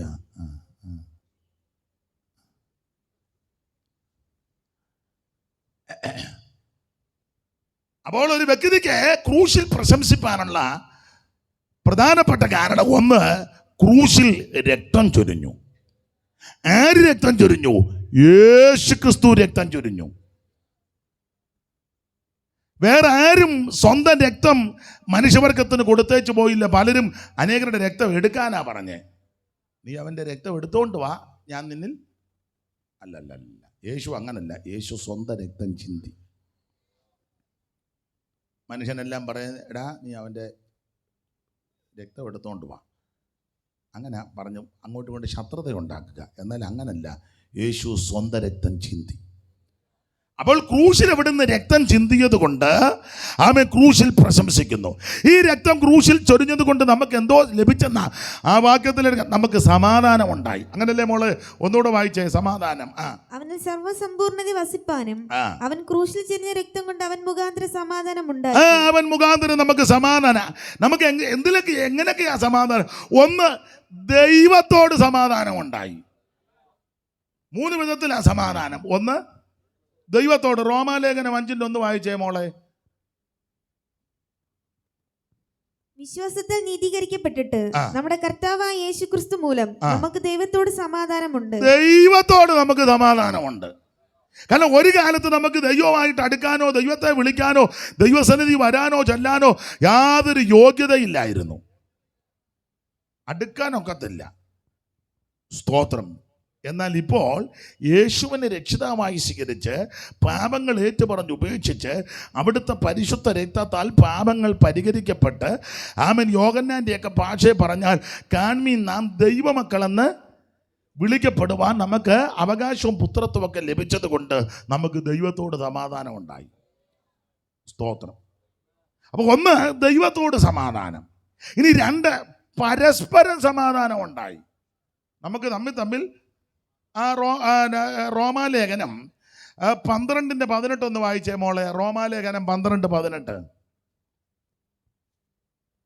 മുൻയോഗ്യമായത് മുൻകരുതി കഴിയുമെങ്കിൽ നിങ്ങളാൽ ആവോളം സകല മനുഷ്യരോട് സമാധാനമായിരിക്കും.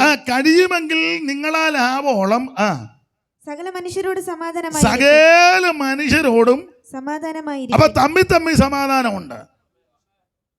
പണ്ട് നമ്മൾ തമ്മിൽ കണ്ടാൽ വടിവാളും ഈ നെഞ്ചൊക്കെ ഇടികട്ടയും ബോംബും ഒക്കെ എടുത്ത് അങ്ങോട്ടും ഇങ്ങോട്ടും പൊരുതുമായിരുന്നു. എന്നാൽ യേശു ഉള്ളത്തിൽ വന്നു കഴിഞ്ഞപ്പോൾ ആ സ്വഭാവങ്ങളെല്ലാം മാറ്റി. ഇപ്പോൾ അടുത്തടുത്തായിരിക്കുന്ന കണ്ട ഉടനെ പ്രൈസ്തല്ലോ ഉടനെ പുള്ളി സ്തോത്രം. നേരത്തെ ആയിരുന്നല്ലോ, നേരത്തെ പ്രൈസലോടാണോ പറയുന്നത്?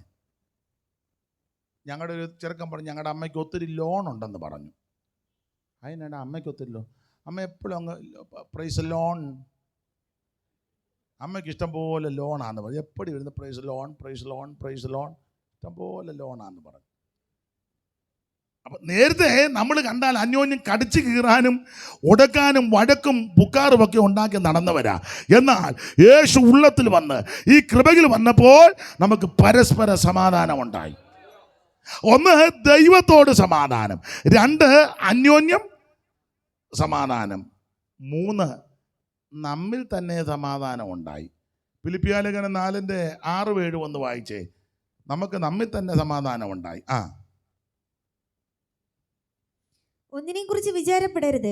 എല്ലാറ്റിനും പ്രാർത്ഥനയാലും അപേക്ഷയാലും നിങ്ങളുടെ ആവശ്യങ്ങൾ സ്തോത്രത്തോടു കൂടെ ദൈവത്തോട് അറിയിക്കുക അത്രേ വേണ്ടത്.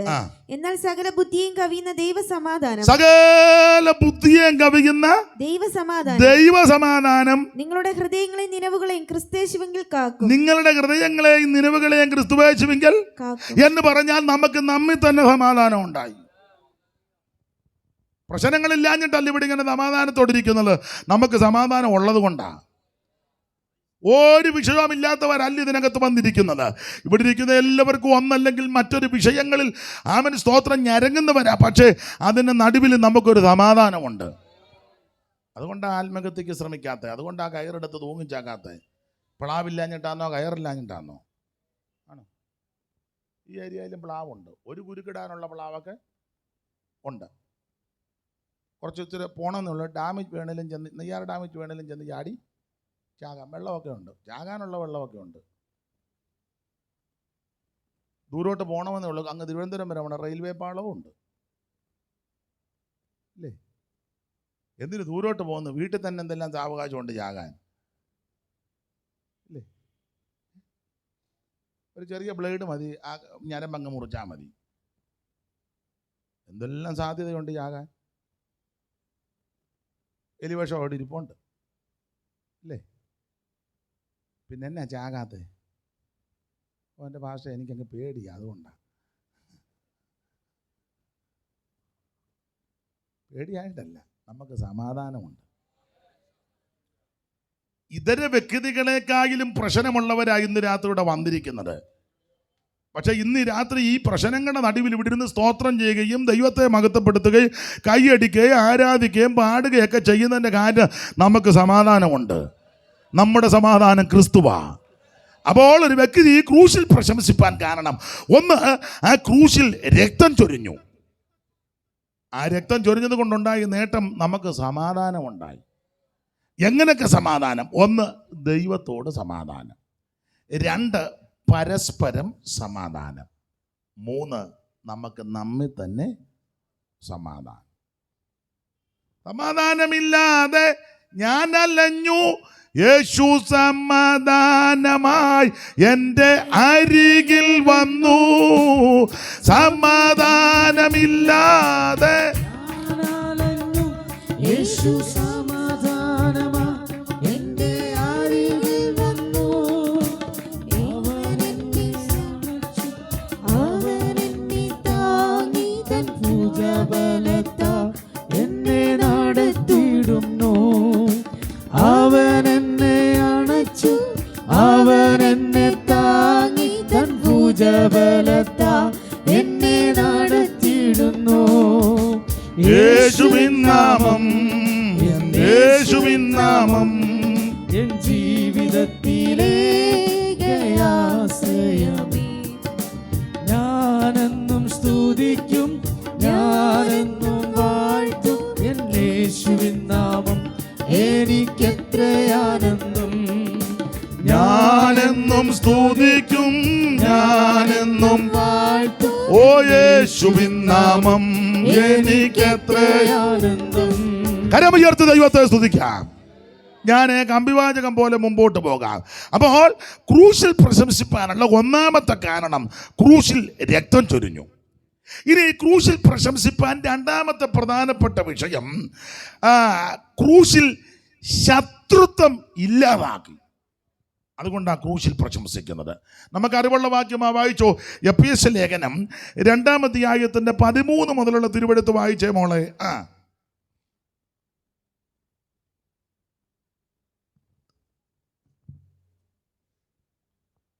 എഫേസ്യ ലേഖനം 2-ാം അധ്യായത്തിന്റെ 13 മുതലുള്ള തിരുവെടുത്തുകളെ വായിച്ച് സഹായിച്ചാട്ടെ. മുമ്പേ ദൂരസ്ഥരായിരുന്ന നിങ്ങൾ വായിച്ചോ. ഇപ്പോൾ ക്രിസ്തയേശുവിൽ ക്രിസ്തുവിന്റെ രക്തത്താൽ സമീപസ്ഥരായി തീർന്നു. അവൻ നമ്മുടെ സമാധാനം. അവൻ ഇരുപക്ഷത്തെ ഒന്നാക്കി ചട്ടങ്ങളെയും കൽപ്പനകളുമായ ന്യായപ്രമാണം എന്ന ശത്രുത്വം തന്റെ ജഡത്താൽ നീക്കി വേർപാടിന്റെ നടിച്ചുവർ ഇടിച്ചു കളഞ്ഞ് സമാധാനം ഉണ്ടാക്കിക്കൊണ്ട് ഇരുപക്ഷത്തെയും തന്നിൽ ഒരേ പുതു മനുഷ്യനാക്കി സൃഷ്ടിപ്പാനും ക്രൂശിന്മേൽ വെച്ച് ശത്രുത്വം ഇല്ലാതാക്കി അതിനാൽ ഇരുപക്ഷത്തെ ഏക ശരീരത്തിൽ ദൈവത്തോട് നിരപ്പിപ്പാനും തന്നെ അവൻ വന്ന് ദൂരത്തായിരുന്ന നിങ്ങൾക്ക് സമാധാനവും സമീപത്തുള്ളവർക്ക് സമാധാനവും സുവിശേഷിച്ചു. അവൻ മുഖാന്തരം നമുക്ക് ഇരുപക്ഷക്കാർക്കും ഏകാത്മാവിനാൽ പിതാവിലേക്ക് പ്രവേശനമുണ്ട്. മതി, ദൈവത്തിന് മഹത്വം. അപ്പൊ ഈ ക്രൂശിൽ പ്രശംസിപ്പാനുള്ള രണ്ടാമത്തെ കാരണം, ക്രൂശിൽ വെച്ചാണ് ശത്രുത്വം ഇല്ലാതാക്കിയത്. ശത്രുത്വം ഇല്ലാതാക്കുക മാത്രമല്ല, ഇരുപക്ഷത്തെയും ഒന്നാക്കി തീർത്തു. ഇരുപക്ഷമെന്ന് പറഞ്ഞാൽ യഹൂദനും യവനനും, യഹൂദനും ജാതിയും. യഹൂദൻ എപ്പോഴും തലക്കനമാ, ജാതികളെ ഒന്നും ഇഷ്ടമല്ല. നമുക്കും ചിലർക്ക് ഇഷ്ടമല്ലല്ലോ. ആ നോട്ടോ ഇരിപ്പൊക്കെ കണ്ടാൽ ഓർക്കും യഹൂദനാന്ന്. ഈ ക്രൂശിൽ വെച്ചാണ് ശത്രുത്വം ഇല്ലാതാക്കിയത്. ആ ശത്രുത്വം എന്നുള്ളത് ന്യായപ്രമാണമാണ്. ന്യായപ്രമാണം ശത്രുതയായിരുന്നു. കാരണം ഈ ന്യായപ്രമാണം യഹൂദനെ അങ്ങ് അനുഗ്രഹിക്കും, ബാക്കിയുള്ള മുഴുവൻ എണ്ണത്തിനെ അങ്ങ് പരാകുക. ന്യായപ്രമാണം രാവിലെ അങ്ങോട്ട് വന്ന് യഹൂദനെ നോക്കി വെച്ച് പറയും, യഹൂദനെ പറയാതിരിക്കാൻ പറയും, പട്ടണത്തിൽ നിന്നെ അനുഗ്രഹിക്കും. ബാക്കിയുള്ളവരെല്ലാം ഈ പറയാം, നമ്മളെ നോക്കി വെച്ച് പറയും, പട്ടണത്തിൽ നീ മുടിഞ്ഞു പോവും. തിരിച്ച് യഹൂദനെ നോക്കി വെച്ച് പറയും, വയലിൽ നീ അനുഗ്രഹിക്കപ്പെടും. നമ്മളെ നോക്കി വെച്ച് പറയും, നിന്റെ വയലെല്ലാം മുഞ്ഞ വീണു പോവും. ശത്രുത. യഹൂദനെ നോക്കി വെച്ച് പറയും, നിന്റെ ഗർഭഫലം അനുഗ്രഹിക്കപ്പെടും. നമ്മളെ നോക്കി വെച്ച് പറയും, നിന്റെ കൊച്ചുങ്ങളെല്ലാം കാലാപ്പുറ തല്ലിപ്പോവും. യഹൂദനെ നോക്കി വെച്ച് പറയും, നിന്റെ കന്നുകാലിയും ആടും എല്ലാം പറ്റാൽ ഇഷ്ടം പോലെ കൊച്ചുങ്ങളും കാണും, ഇഷ്ടം പോലെ പാലും കിട്ടും. നമ്മളെ നോക്കി വെച്ച് പറയും, ഒരൊറ്റൊരെണ്ണം പോലും ഗുണം വരികയല്ല, മുഴുവൻ വെട്ടുപാറം വന്ന് തട്ടിപ്പോവും. ഇതൊക്കെയാണ് നമ്മളെ നോക്കി പറയുന്നത്. അപ്പൊ യഹൂദനെ നോക്കി വെച്ച് ഇതെല്ലാം അങ്ങ് അനുഗ്രഹിക്കുക. യഹൂദനടുക്ക് ബാക്കി മുഴുവൻ എണ്ണത്തിന് നോക്കി ഇത് ദോഷോ ശാപമായി പറയുന്നത്. അപ്പൊ ഇങ്ങനെ ശാപമായിരുന്ന ഈ ശത്രുത്വം യേശു ക്രിസ്തു കാൽവറിയിൽ വെച്ച് മാറ്റി. ആ ശത്രുത്വം കാൽവറിയിൽ വെച്ച് നീക്കി ആമേ രണ്ട് പക്ഷത്തെയും ഒന്നാക്കി. അത് ക്രൂശിൽ വെച്ചാ നടന്നത്. സ്തോത്രം. അവിടെ എഫേസ്യ ലേഖനത്തിലുണ്ട്, ദൂരസ്ഥരെന്ന് ഒരു പദമുണ്ട്, സമീപസ്ഥരെന്നും ഒരു പദം. അങ്ങനല്ലേ മോളെ? ദൂരസ്ഥർ എന്ന് പറഞ്ഞാൽ ജാതികൾ, നമ്മളല്ല. സമീപസ്ഥർ എന്ന് പറഞ്ഞാൽ യഹൂദൻ. ഈ ദൂരസ്ഥരെ സമീപസ്ഥരെയും ഒന്നാക്കി തീർത്തു. അത് കാൽവറി ക്രൂശിലാണ് നടന്നത്. ദോഷികളും പാപികളും ശത്രുക്കളും ആമൻ സ്തോത്രം യാതൊരു ഗതിയും ഗത്യന്തരമില്ലാത്ത എന്നെയും നിന്നെയും ആ ക്രൂശിൽ വെച്ച് ഒന്നാക്കി തീർത്തു. ആ ക്രൂശിൽ വെച്ച് ഒന്ന് സമീപസ്ഥരാക്കി. ഈ ക്രൂശിലെ മരണത്താൽ നിരപ്പിച്ചെന്ന ക്രൂശിലെ മരണത്താൽ ആ നിരപ്പിച്ചത് എങ്ങനെ? 13-ാമത്തെ വാക്യം വായിച്ചേ മോളെ. സമീപസ്ഥരായെന്ന. മുമ്പേ ദൂരസ്ഥരായിരുന്ന നിങ്ങൾ ഇപ്പോൾ ക്രിസ്തുയേശുവിൽ ക്രിസ്തുവിന്റെ രക്തത്താൽ സമീപസ്ഥരായി. ഒന്ന് സമീപസ്ഥരാക്കി. ഈ ക്രൂശിൽ വെച്ച് ശത്രുത്വം ഇല്ലാതായതുകൊണ്ട് ഒന്ന് നമ്മളെ സമീപസ്ഥരാക്കി. 15-ാമത്തെ വാക്യത്തിൽ നമുക്ക് സമാധാനം തന്നെ വായിച്ചേ. സമാധാനം ഉണ്ടാക്കിക്കൊണ്ട് ഇരുപക്ഷത്തെയും. കണ്ടോ? അപ്പൊ സമാധാനം ഉണ്ടാക്കി. 14-ാമത്തെ വാക്യത്തിൽ ശത്രുത്വം ഇല്ലാതാക്കി. വായിച്ചേ. അവൻ നമ്മുടെ സമാധാനം. അവൻ ഇരുപക്ഷത്തെ ഒന്നാക്കി ചട്ടങ്ങളും കൽപ്പനകളുമായ ന്യായപ്രമാണം എന്ന ശത്രുത്വം. ഇനി 14-ാമത്തെ വാക്യത്തിൽ വേർപാടിനെ നടിച്ചുവർ ഇടിച്ചു കളഞ്ഞ. വായിച്ചേ. തന്റെ ജഡത്താൽ നീക്കി വേർപാടിന്റെ നടിച്ചുവർ ഇടിച്ചു കളഞ്ഞ്. വേർപാടിനെ നടിച്ചുവര് ഇടിച്ചു കളഞ്ഞു. അപ്പൊ ശത്രുത്വം ഇല്ലാതാക്കി, സമാധാനമുണ്ടാക്കി, വേർപാടിനെ നടിച്ചുവര് ഇടിച്ചു കളഞ്ഞു. ഇതെല്ലാം കാൽവരി ക്രൂശ് നടന്ന സംഭവമാണ്. 15-ാമത്തെ വാക്യത്തിൽ പക്ഷം പിടിക്കുന്ന സംഭവം ഇനി ഇല്ല. അങ്ങനല്ലേ? 15-ാം വാക്യം സമാധാനം ഉണ്ടാക്കിക്കൊണ്ട് ഇരുപക്ഷത്തെയും തന്നെ ഇനിയിപ്പോ പക്ഷം പിടുത്തം ഒന്നുമില്ല. ഞാൻ അപ്പൊല്ലോസിന്റെ പക്ഷം, കേബാബിന്റെ പക്ഷം, ക്രിസ്തുവിന്റെ പക്ഷം, ആമൻ സ്തോത്രം, പൗലോസിന്റെ പക്ഷം, അങ്ങനെ പക്ഷം പിടിയില്ല. ഞാൻ പാസ്റ്ററുടെ കൂടെ അല്ലെങ്കിൽ സെക്രട്ടറിയുടെ കൂടെ അല്ലെങ്കിൽ അച്ചായൻ്റെ കൂടെ ഇല്ലെങ്കിൽ ഒരു പക്ഷവും ഇല്ല. അവൻ പക്ഷം ഇല്ലാതാക്കി ക്രൂശിൽ വെച്ച്. Praise the Lord. മാത്രമല്ല പുതിയ മനുഷ്യനാക്കി. 15-ാമത്തെ വാക്യത്തിൽ പുതിയ മനുഷ്യനാക്കി. 18-ാമത്തെ വാക്യത്തിൽ ഇങ്ങനെ കാണുന്നുണ്ട്, പിതാവെങ്കിലേക്ക് പ്രവേശനം തന്നെന്ന. 18-ാം വാക്യം, അവൻ മുഖാന്തരം നമുക്ക് ഇരുപക്ഷക്കാർക്കും ഏകാത്മാവിനാൽ പിതാവെങ്കിലേക്ക് പ്രവേശനമുണ്ട്. പിതാവെങ്കിലേക്ക് പ്രവേശനം ലഭിച്ചു. അടുത്ത് എല്ലാനും ആമേൻ സ്തോത്രം പറയുവാനുമൊന്നും യാതൊരു യോഗ്യതയും ശ്രേഷ്ഠതയും ഇല്ലാതിരുന്ന ദൂരസ്ഥരായിരുന്ന ശത്രുക്കളായിരുന്ന പാപികളായിരുന്ന അക്രമികളായിരുന്ന ആമേൻ സ്തോത്രം നമ്മെ ആ ശത്രുത്വമെല്ലാം മാറ്റി ക്രൂശിൽ വെച്ച് നിരപ്പിച്ചു. ശുശ്രൂഷയാൽ താതനോടൊന്നാക്കുവാൻ വേർപാടിൻ്റെ നടുച്ചുവർ ഇടിച്ചുവല്ലോ. നിരപ്പിൻ ശുശ്രൂഷയാൽ താതനോടൊന്നാക്കുവാൻ വേർപാടിൻ്റെ നടുച്ചുവർ ഇടിച്ചുവല്ലോ. സ്വയമതിലില്ല ഭയമതിലില്ല, സ്വയമതിലില്ല ഭയമതിലില്ല. താതൻ തൻ ഗീതത്തെ തികപ്പതിനായി. സ്വയമതിലില്ല ഭയമതിലില്ല, താതൻ തൻ ഗീതത്തെ തികപ്പതിനായി. കരമുയർത്തി ദൈവത്തെ സ്തുതിക്കാം. അവ ക്രൂശിൽ പ്രശംസിപ്പാനുള്ള ഒന്നാമത്തെ കാരണം ആമേൻ ക്രൂശിൽ ചൊരിഞ്ഞ രക്തം. 2, ഈ ക്രൂശിൽ വെച്ച് ശത്രുത്വം ഇല്ലാതാക്കി. 2 കാര്യം കൂടെ പറഞ്ഞ് എൻ്റെ പ്രസംഗം നിർത്താം. ക്രൂശിൽ പ്രശംസിപ്പാൻ മൂന്നാമത്തെ കാര്യം, നമുക്ക് വിരോധവും പ്രതികൂലമായ കൈയെടുത്ത് ക്രൂശിൽ തറച്ചു. കൊലോസ്യ ലേഖനം 2-ാം അധ്യായത്തിൻ്റെ 14-ാമത്തെ വാക്യം വായിച്ചാട്ടെ. അതിക്രമങ്ങളൊക്കെയും നമ്മോട് ക്ഷമിച്ച് ചട്ടങ്ങളാൽ നമുക്ക് വിരോധവും പ്രതികൂലവുമായിരുന്ന കൈയെഴുത്ത് മായ്ച്ച് ക്രൂശിൽ തറച്ച് നടുവിൽ നിന്ന് നീക്കിക്കളഞ്ഞു. അപ്പോൾ നമുക്ക് വിരോധവും പ്രതികൂലവുമായ ആ കൈയെടുത്ത് ക്രൂശിൽ വെച്ച് തറച്ചു എന്ന് പറഞ്ഞാൽ വിരോധവും പ്രതികൂലം. വിരോധം നമ്മൾ ഭാവിയായിരുന്നെന്നാ. അതായിരുന്നു നമുക്ക് വിരോധം. ഞാൻ നിങ്ങളുമെല്ലാം മഹാഭാവികളാണ്. പ്രതികൂലം എന്നതാ? ശിക്ഷാവിധി. നമുക്ക് പ്രതികൂലം ശിക്ഷാവിധിയായിരുന്നു. വിരോധം നമ്മൾ പാപികളായിരുന്നു.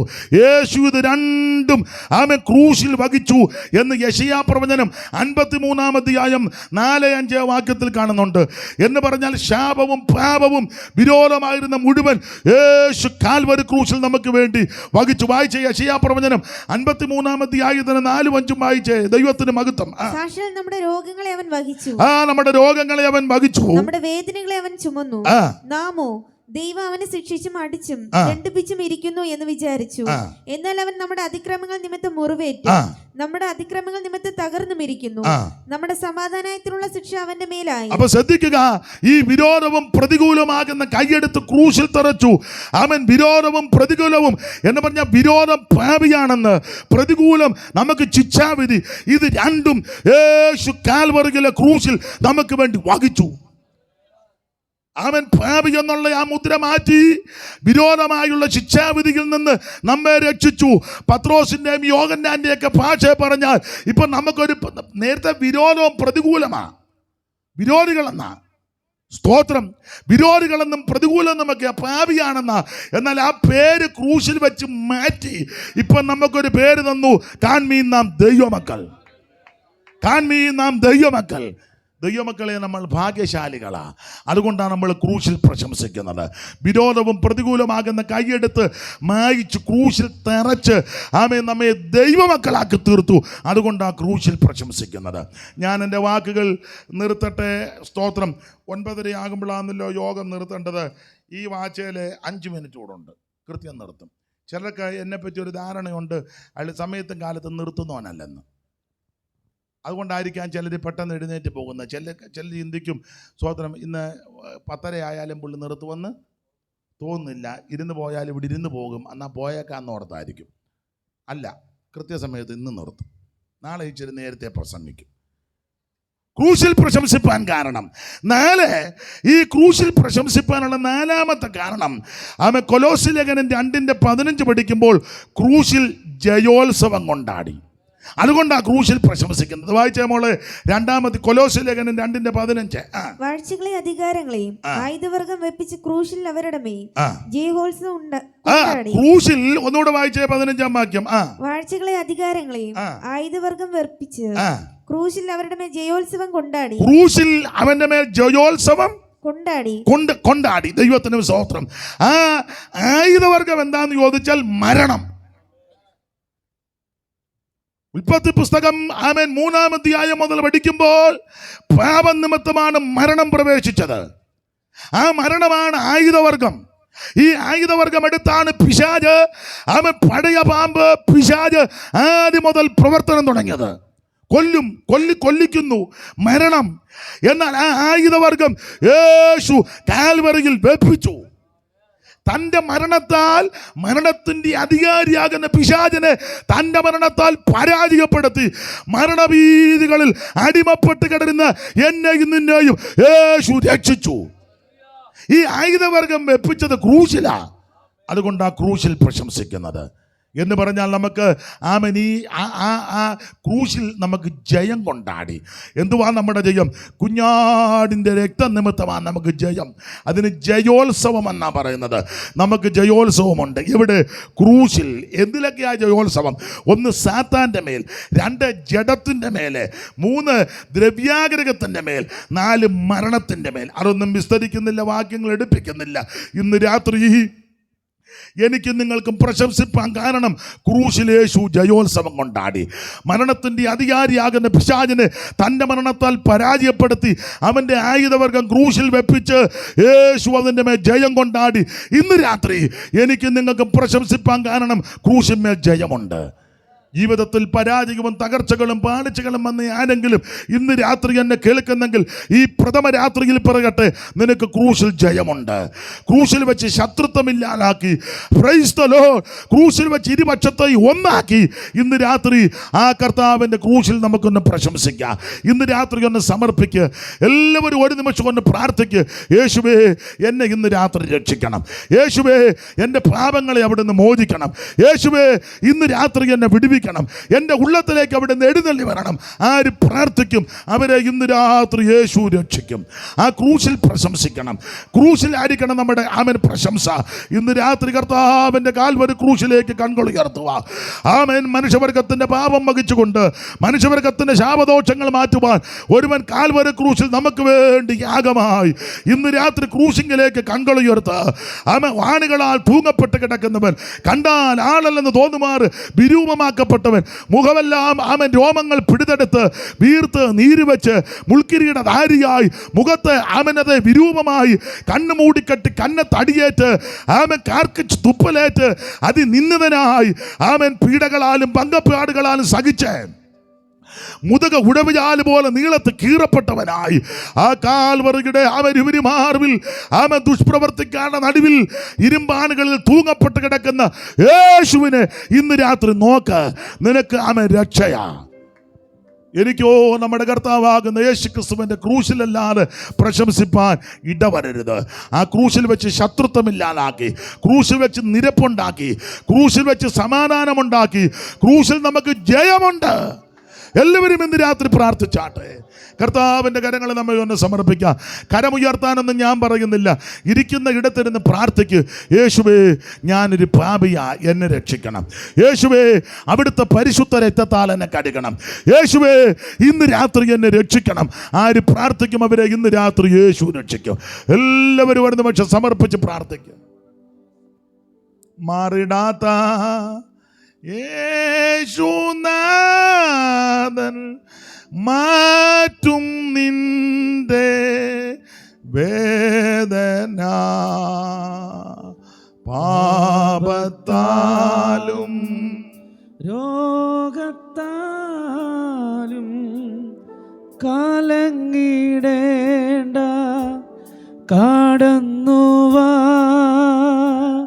കടന്നുവാ കടന്നുവാ,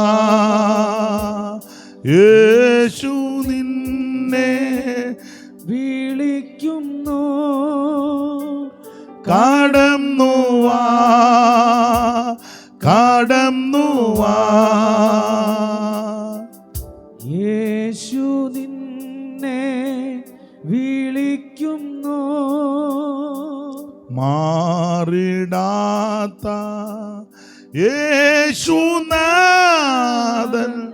മാറ്റും നിന്റെ വേദന. പാപത്താലും രോഗത്താലും കലങ്ങിടേണ്ട, കടന്നുവാ കടന്നുവാ കടന്നുവാ.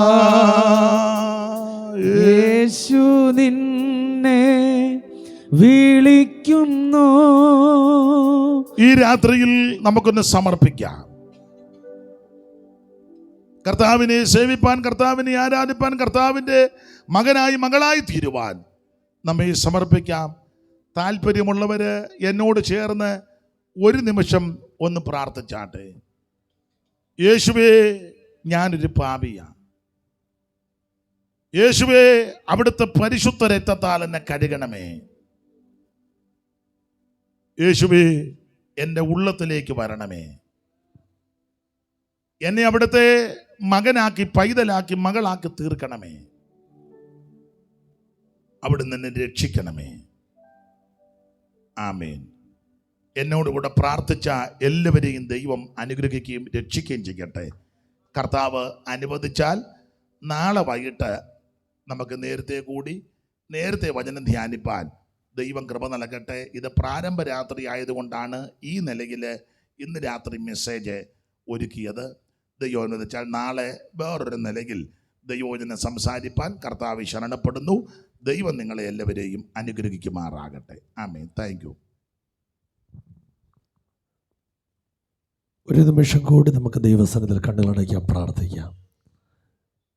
ഈ ബ്ലസാന പാറയുടെ 1-ാമത് രാത്രിയിൽ കർത്താവിൻ്റെ അഭിഷിക്തനിൽ കൂടെ മാറ്റമില്ലാത്ത തിരുവെഴുത്ത് നാം കേട്ടുകൊണ്ടിരിക്കുകയായിരുന്നല്ലോ. നമ്മുടെ സകല പ്രശ്നങ്ങൾക്ക് പരിഹാരമായ ക്രൂശിലല്ലാതെ മറ്റൊന്നിലും നമുക്ക് പ്രശംസിക്കാനിട വരരുത്. ഇന്ന് രാത്രിയിൽ കേൾക്കപ്പെട്ട വചനത്തിൻ്റെ മുൻപ് സമർപ്പിച്ച് നമുക്ക് പ്രാർത്ഥിച്ച് യോഗം അവസാനിപ്പിക്കാം. എല്ലാവരും പ്രാർത്ഥിച്ചാട്ടെ. Hallelujah, hallelujah. ഞങ്ങളെ അതിവാത്സല്യമായി സ്നേഹിക്കുന്ന നല്ല ദൈവമേ, നല്ല കർത്താവേ, ഈ നല്ല രാത്രിക്കായി സ്തോത്രം. ഞങ്ങൾ പ്രാർത്ഥിച്ച് ആരംഭിച്ച സമയം മുതൽ ഇതുവരെയും സർവശക്തൻ്റെ നിറഞ്ഞ സാന്നിധ്യം ഇവിടെ ഉണ്ടായിരുന്നു. ഗാനങ്ങൾ പാടുവാൻ അവിടുത്തെ സഹോദരങ്ങളെ ബലപ്പെടുത്തി. ആത്മാവിൽ ആരാധിക്കുവാൻ ദൈവം ഞങ്ങളെ ശക്തീകരിച്ചു. ദൈവ ആത്മനിറവിൽ നിന്നുകൊണ്ട് തിരുവെഴുത്തിൻ്റെ യഥാർത്ഥ സത്യങ്ങളെ പൊരുൾ ധരിക്കുവാൻ അവിടുത്തെ അഭിഷിക്തനെ ബലപ്പെടുത്തിയതിനാൽ സ്തോത്രം ചെയ്യുന്നു. ശാരീരികമായി ബലഹീനതകളും ക്ഷീണങ്ങളും ഉണ്ടായിരുന്നെങ്കിലും അതിനെ കവിയുന്നൊരു ദൈവശക്തി കൊണ്ട് ഇന്ന് രാത്രിയിൽ തിരുവചനം പ്രസ്താവിക്കുവാൻ ഞങ്ങളുടെ ദാസൻ്റെ അധരത്തെയും ശരീരത്തെയും ബലപ്പെടുത്തിയ ദൈവത്തിൻ്റെ കൃപകൾക്ക് ഞങ്ങൾ നന്ദി പറയുകയാണ്. കർത്താവ്, ഇന്ന് രാത്രിയിൽ അഭിഷിക്തനിൽ കൂടെ ഇവിടെ മുഴങ്ങപ്പെട്ട ദൈവത്തിൻ്റെ വചനം ഇന്ന് രാത്രിയിൽ ഈ മൈതാനി വിട്ട് ജനം കടന്നുപോയാലും പരിവർത്തിച്ചു കൊണ്ടിരിക്കാൻ പോകുന്നതിനാൽ ഞങ്ങളങ്ങേക്ക് നന്ദി പറയുകയാണ്. ചില രോഗികൾ സുഖമായതിനായി, ചില ഭൂതബാധർ പിടിപ്പിക്കപ്പെട്ടതിനായി, ചിലർ കൂടി ക്രിസ്തയേശുവിനെ സ്വന്തം രക്ഷകനും വീണ്ടെടുപ്പുകാരനുമായി ഏറ്റെടുത്തുകൊണ്ട് ജീവിതത്തെ യേശുവിൻ്റെ സന്നിധാനത്തിൽ സമർപ്പിച്ച രാത്രിയായതിനാൽ ഞങ്ങൾ അങ്ങേക്ക് നന്ദി പറയുകയാണ്. കർത്താവേ, നാഥ, ഇപ്പോൾ ഞങ്ങളെ സമാധാനത്തോടെ പറഞ്ഞയക്കണം. കൃപ കൂടെ ഇരിക്കണം. കർത്താവിൻ്റെ വരവ് താമസമെങ്കിൽ നാളെ രാത്രിയിലും അങ്ങയുടെ ദാസനെ ശക്തമായി ഉപയോഗിക്കണമെന്ന് പ്രാർത്ഥിക്കുകയാണ്. ഇതിലേറെ ജനത്തെ കൂട്ടിവരുത്തണം. എല്ലാ ക്രമീകരണങ്ങളും നന്നായി അങ്ങ് ചെയ്തു തരണമെന്ന് പ്രാർത്ഥിക്കുന്നു. സമസ്ത വിഷയങ്ങളെയും തിരുപാദപീഠത്തിൽ സമർപ്പിക്കുന്നു. പ്രാർത്ഥന കേട്ടതിനാൽ നന്ദി പിതാവേ, യേശുവിൻ നാമത്തിൽ തന്നെ. ആമേൻ, ആമേൻ. സമാധാനത്തോടെ ആശീർവാദം കൈക്കൊള്ളുവിൻ. പിതാവായ ദൈവത്തിൻ്റെ സ്നേഹവും പുത്രനായ യേശു ക്രിസ്തുവിൻ്റെ കൃപയും ആശ്വസിപ്പിച്ച് വഴി നടത്തുന്ന പരിശുദ്ധാത്മാവിന്റെ സംസർഗം കൂട്ടായ്മയും നമ്മോടും സകല വിശുദ്ധന്മാരോടും വിശേഷാൽ ഇന്ന് രാത്രി ദൈവവചനം സംസാരിച്ച ദൈവദാസനോടും എന്നേക്കും എപ്പോഴും കർത്താവിൻ്റെ 2ാം വരവ് ഉണ്ടായിരിക്കുമാറാകട്ടെ. ആമേൻ. നമുക്ക് ചെയ്യുന്ന ദൈവത്തിന് സ്തോത്രം ചെയ്യാം. Hallelujah, hallelujah, hallelujah. കർത്താവിൻ്റെ വരവ് താമസമെങ്കിൽ നാളെ കൃത്യം 6 മണിക്ക് തന്നെ പ്രാർത്ഥിച്ച് ഗാന ശുശ്രൂഷ ആരംഭിക്കും. നേരത്തെ തന്നെ ദൈവദാസന് ദൈവവചനം സംസാരിക്കുവാൻ സമയം വേർതിരിക്കേണ്ടതായിട്ടുണ്ട്. ആകയാൽ എല്ലാവരും പ്രാർത്ഥനയോടുകൂടെ കടന്നു വരിക. മാത്രമല്ല, നിങ്ങളുടെ അയൽക്കാരെ, സ്നേഹിതരെയൊക്കെ കൂട്ടി യോഗത്തിലേക്ക് കടന്നു വരണമെന്ന് കർത്താവിനെ നാമത്തിൽ ഓർപ്പിക്കുന്നു. ദൈവം നിങ്ങളെ സഹായിക്കട്ടെ. God bless you.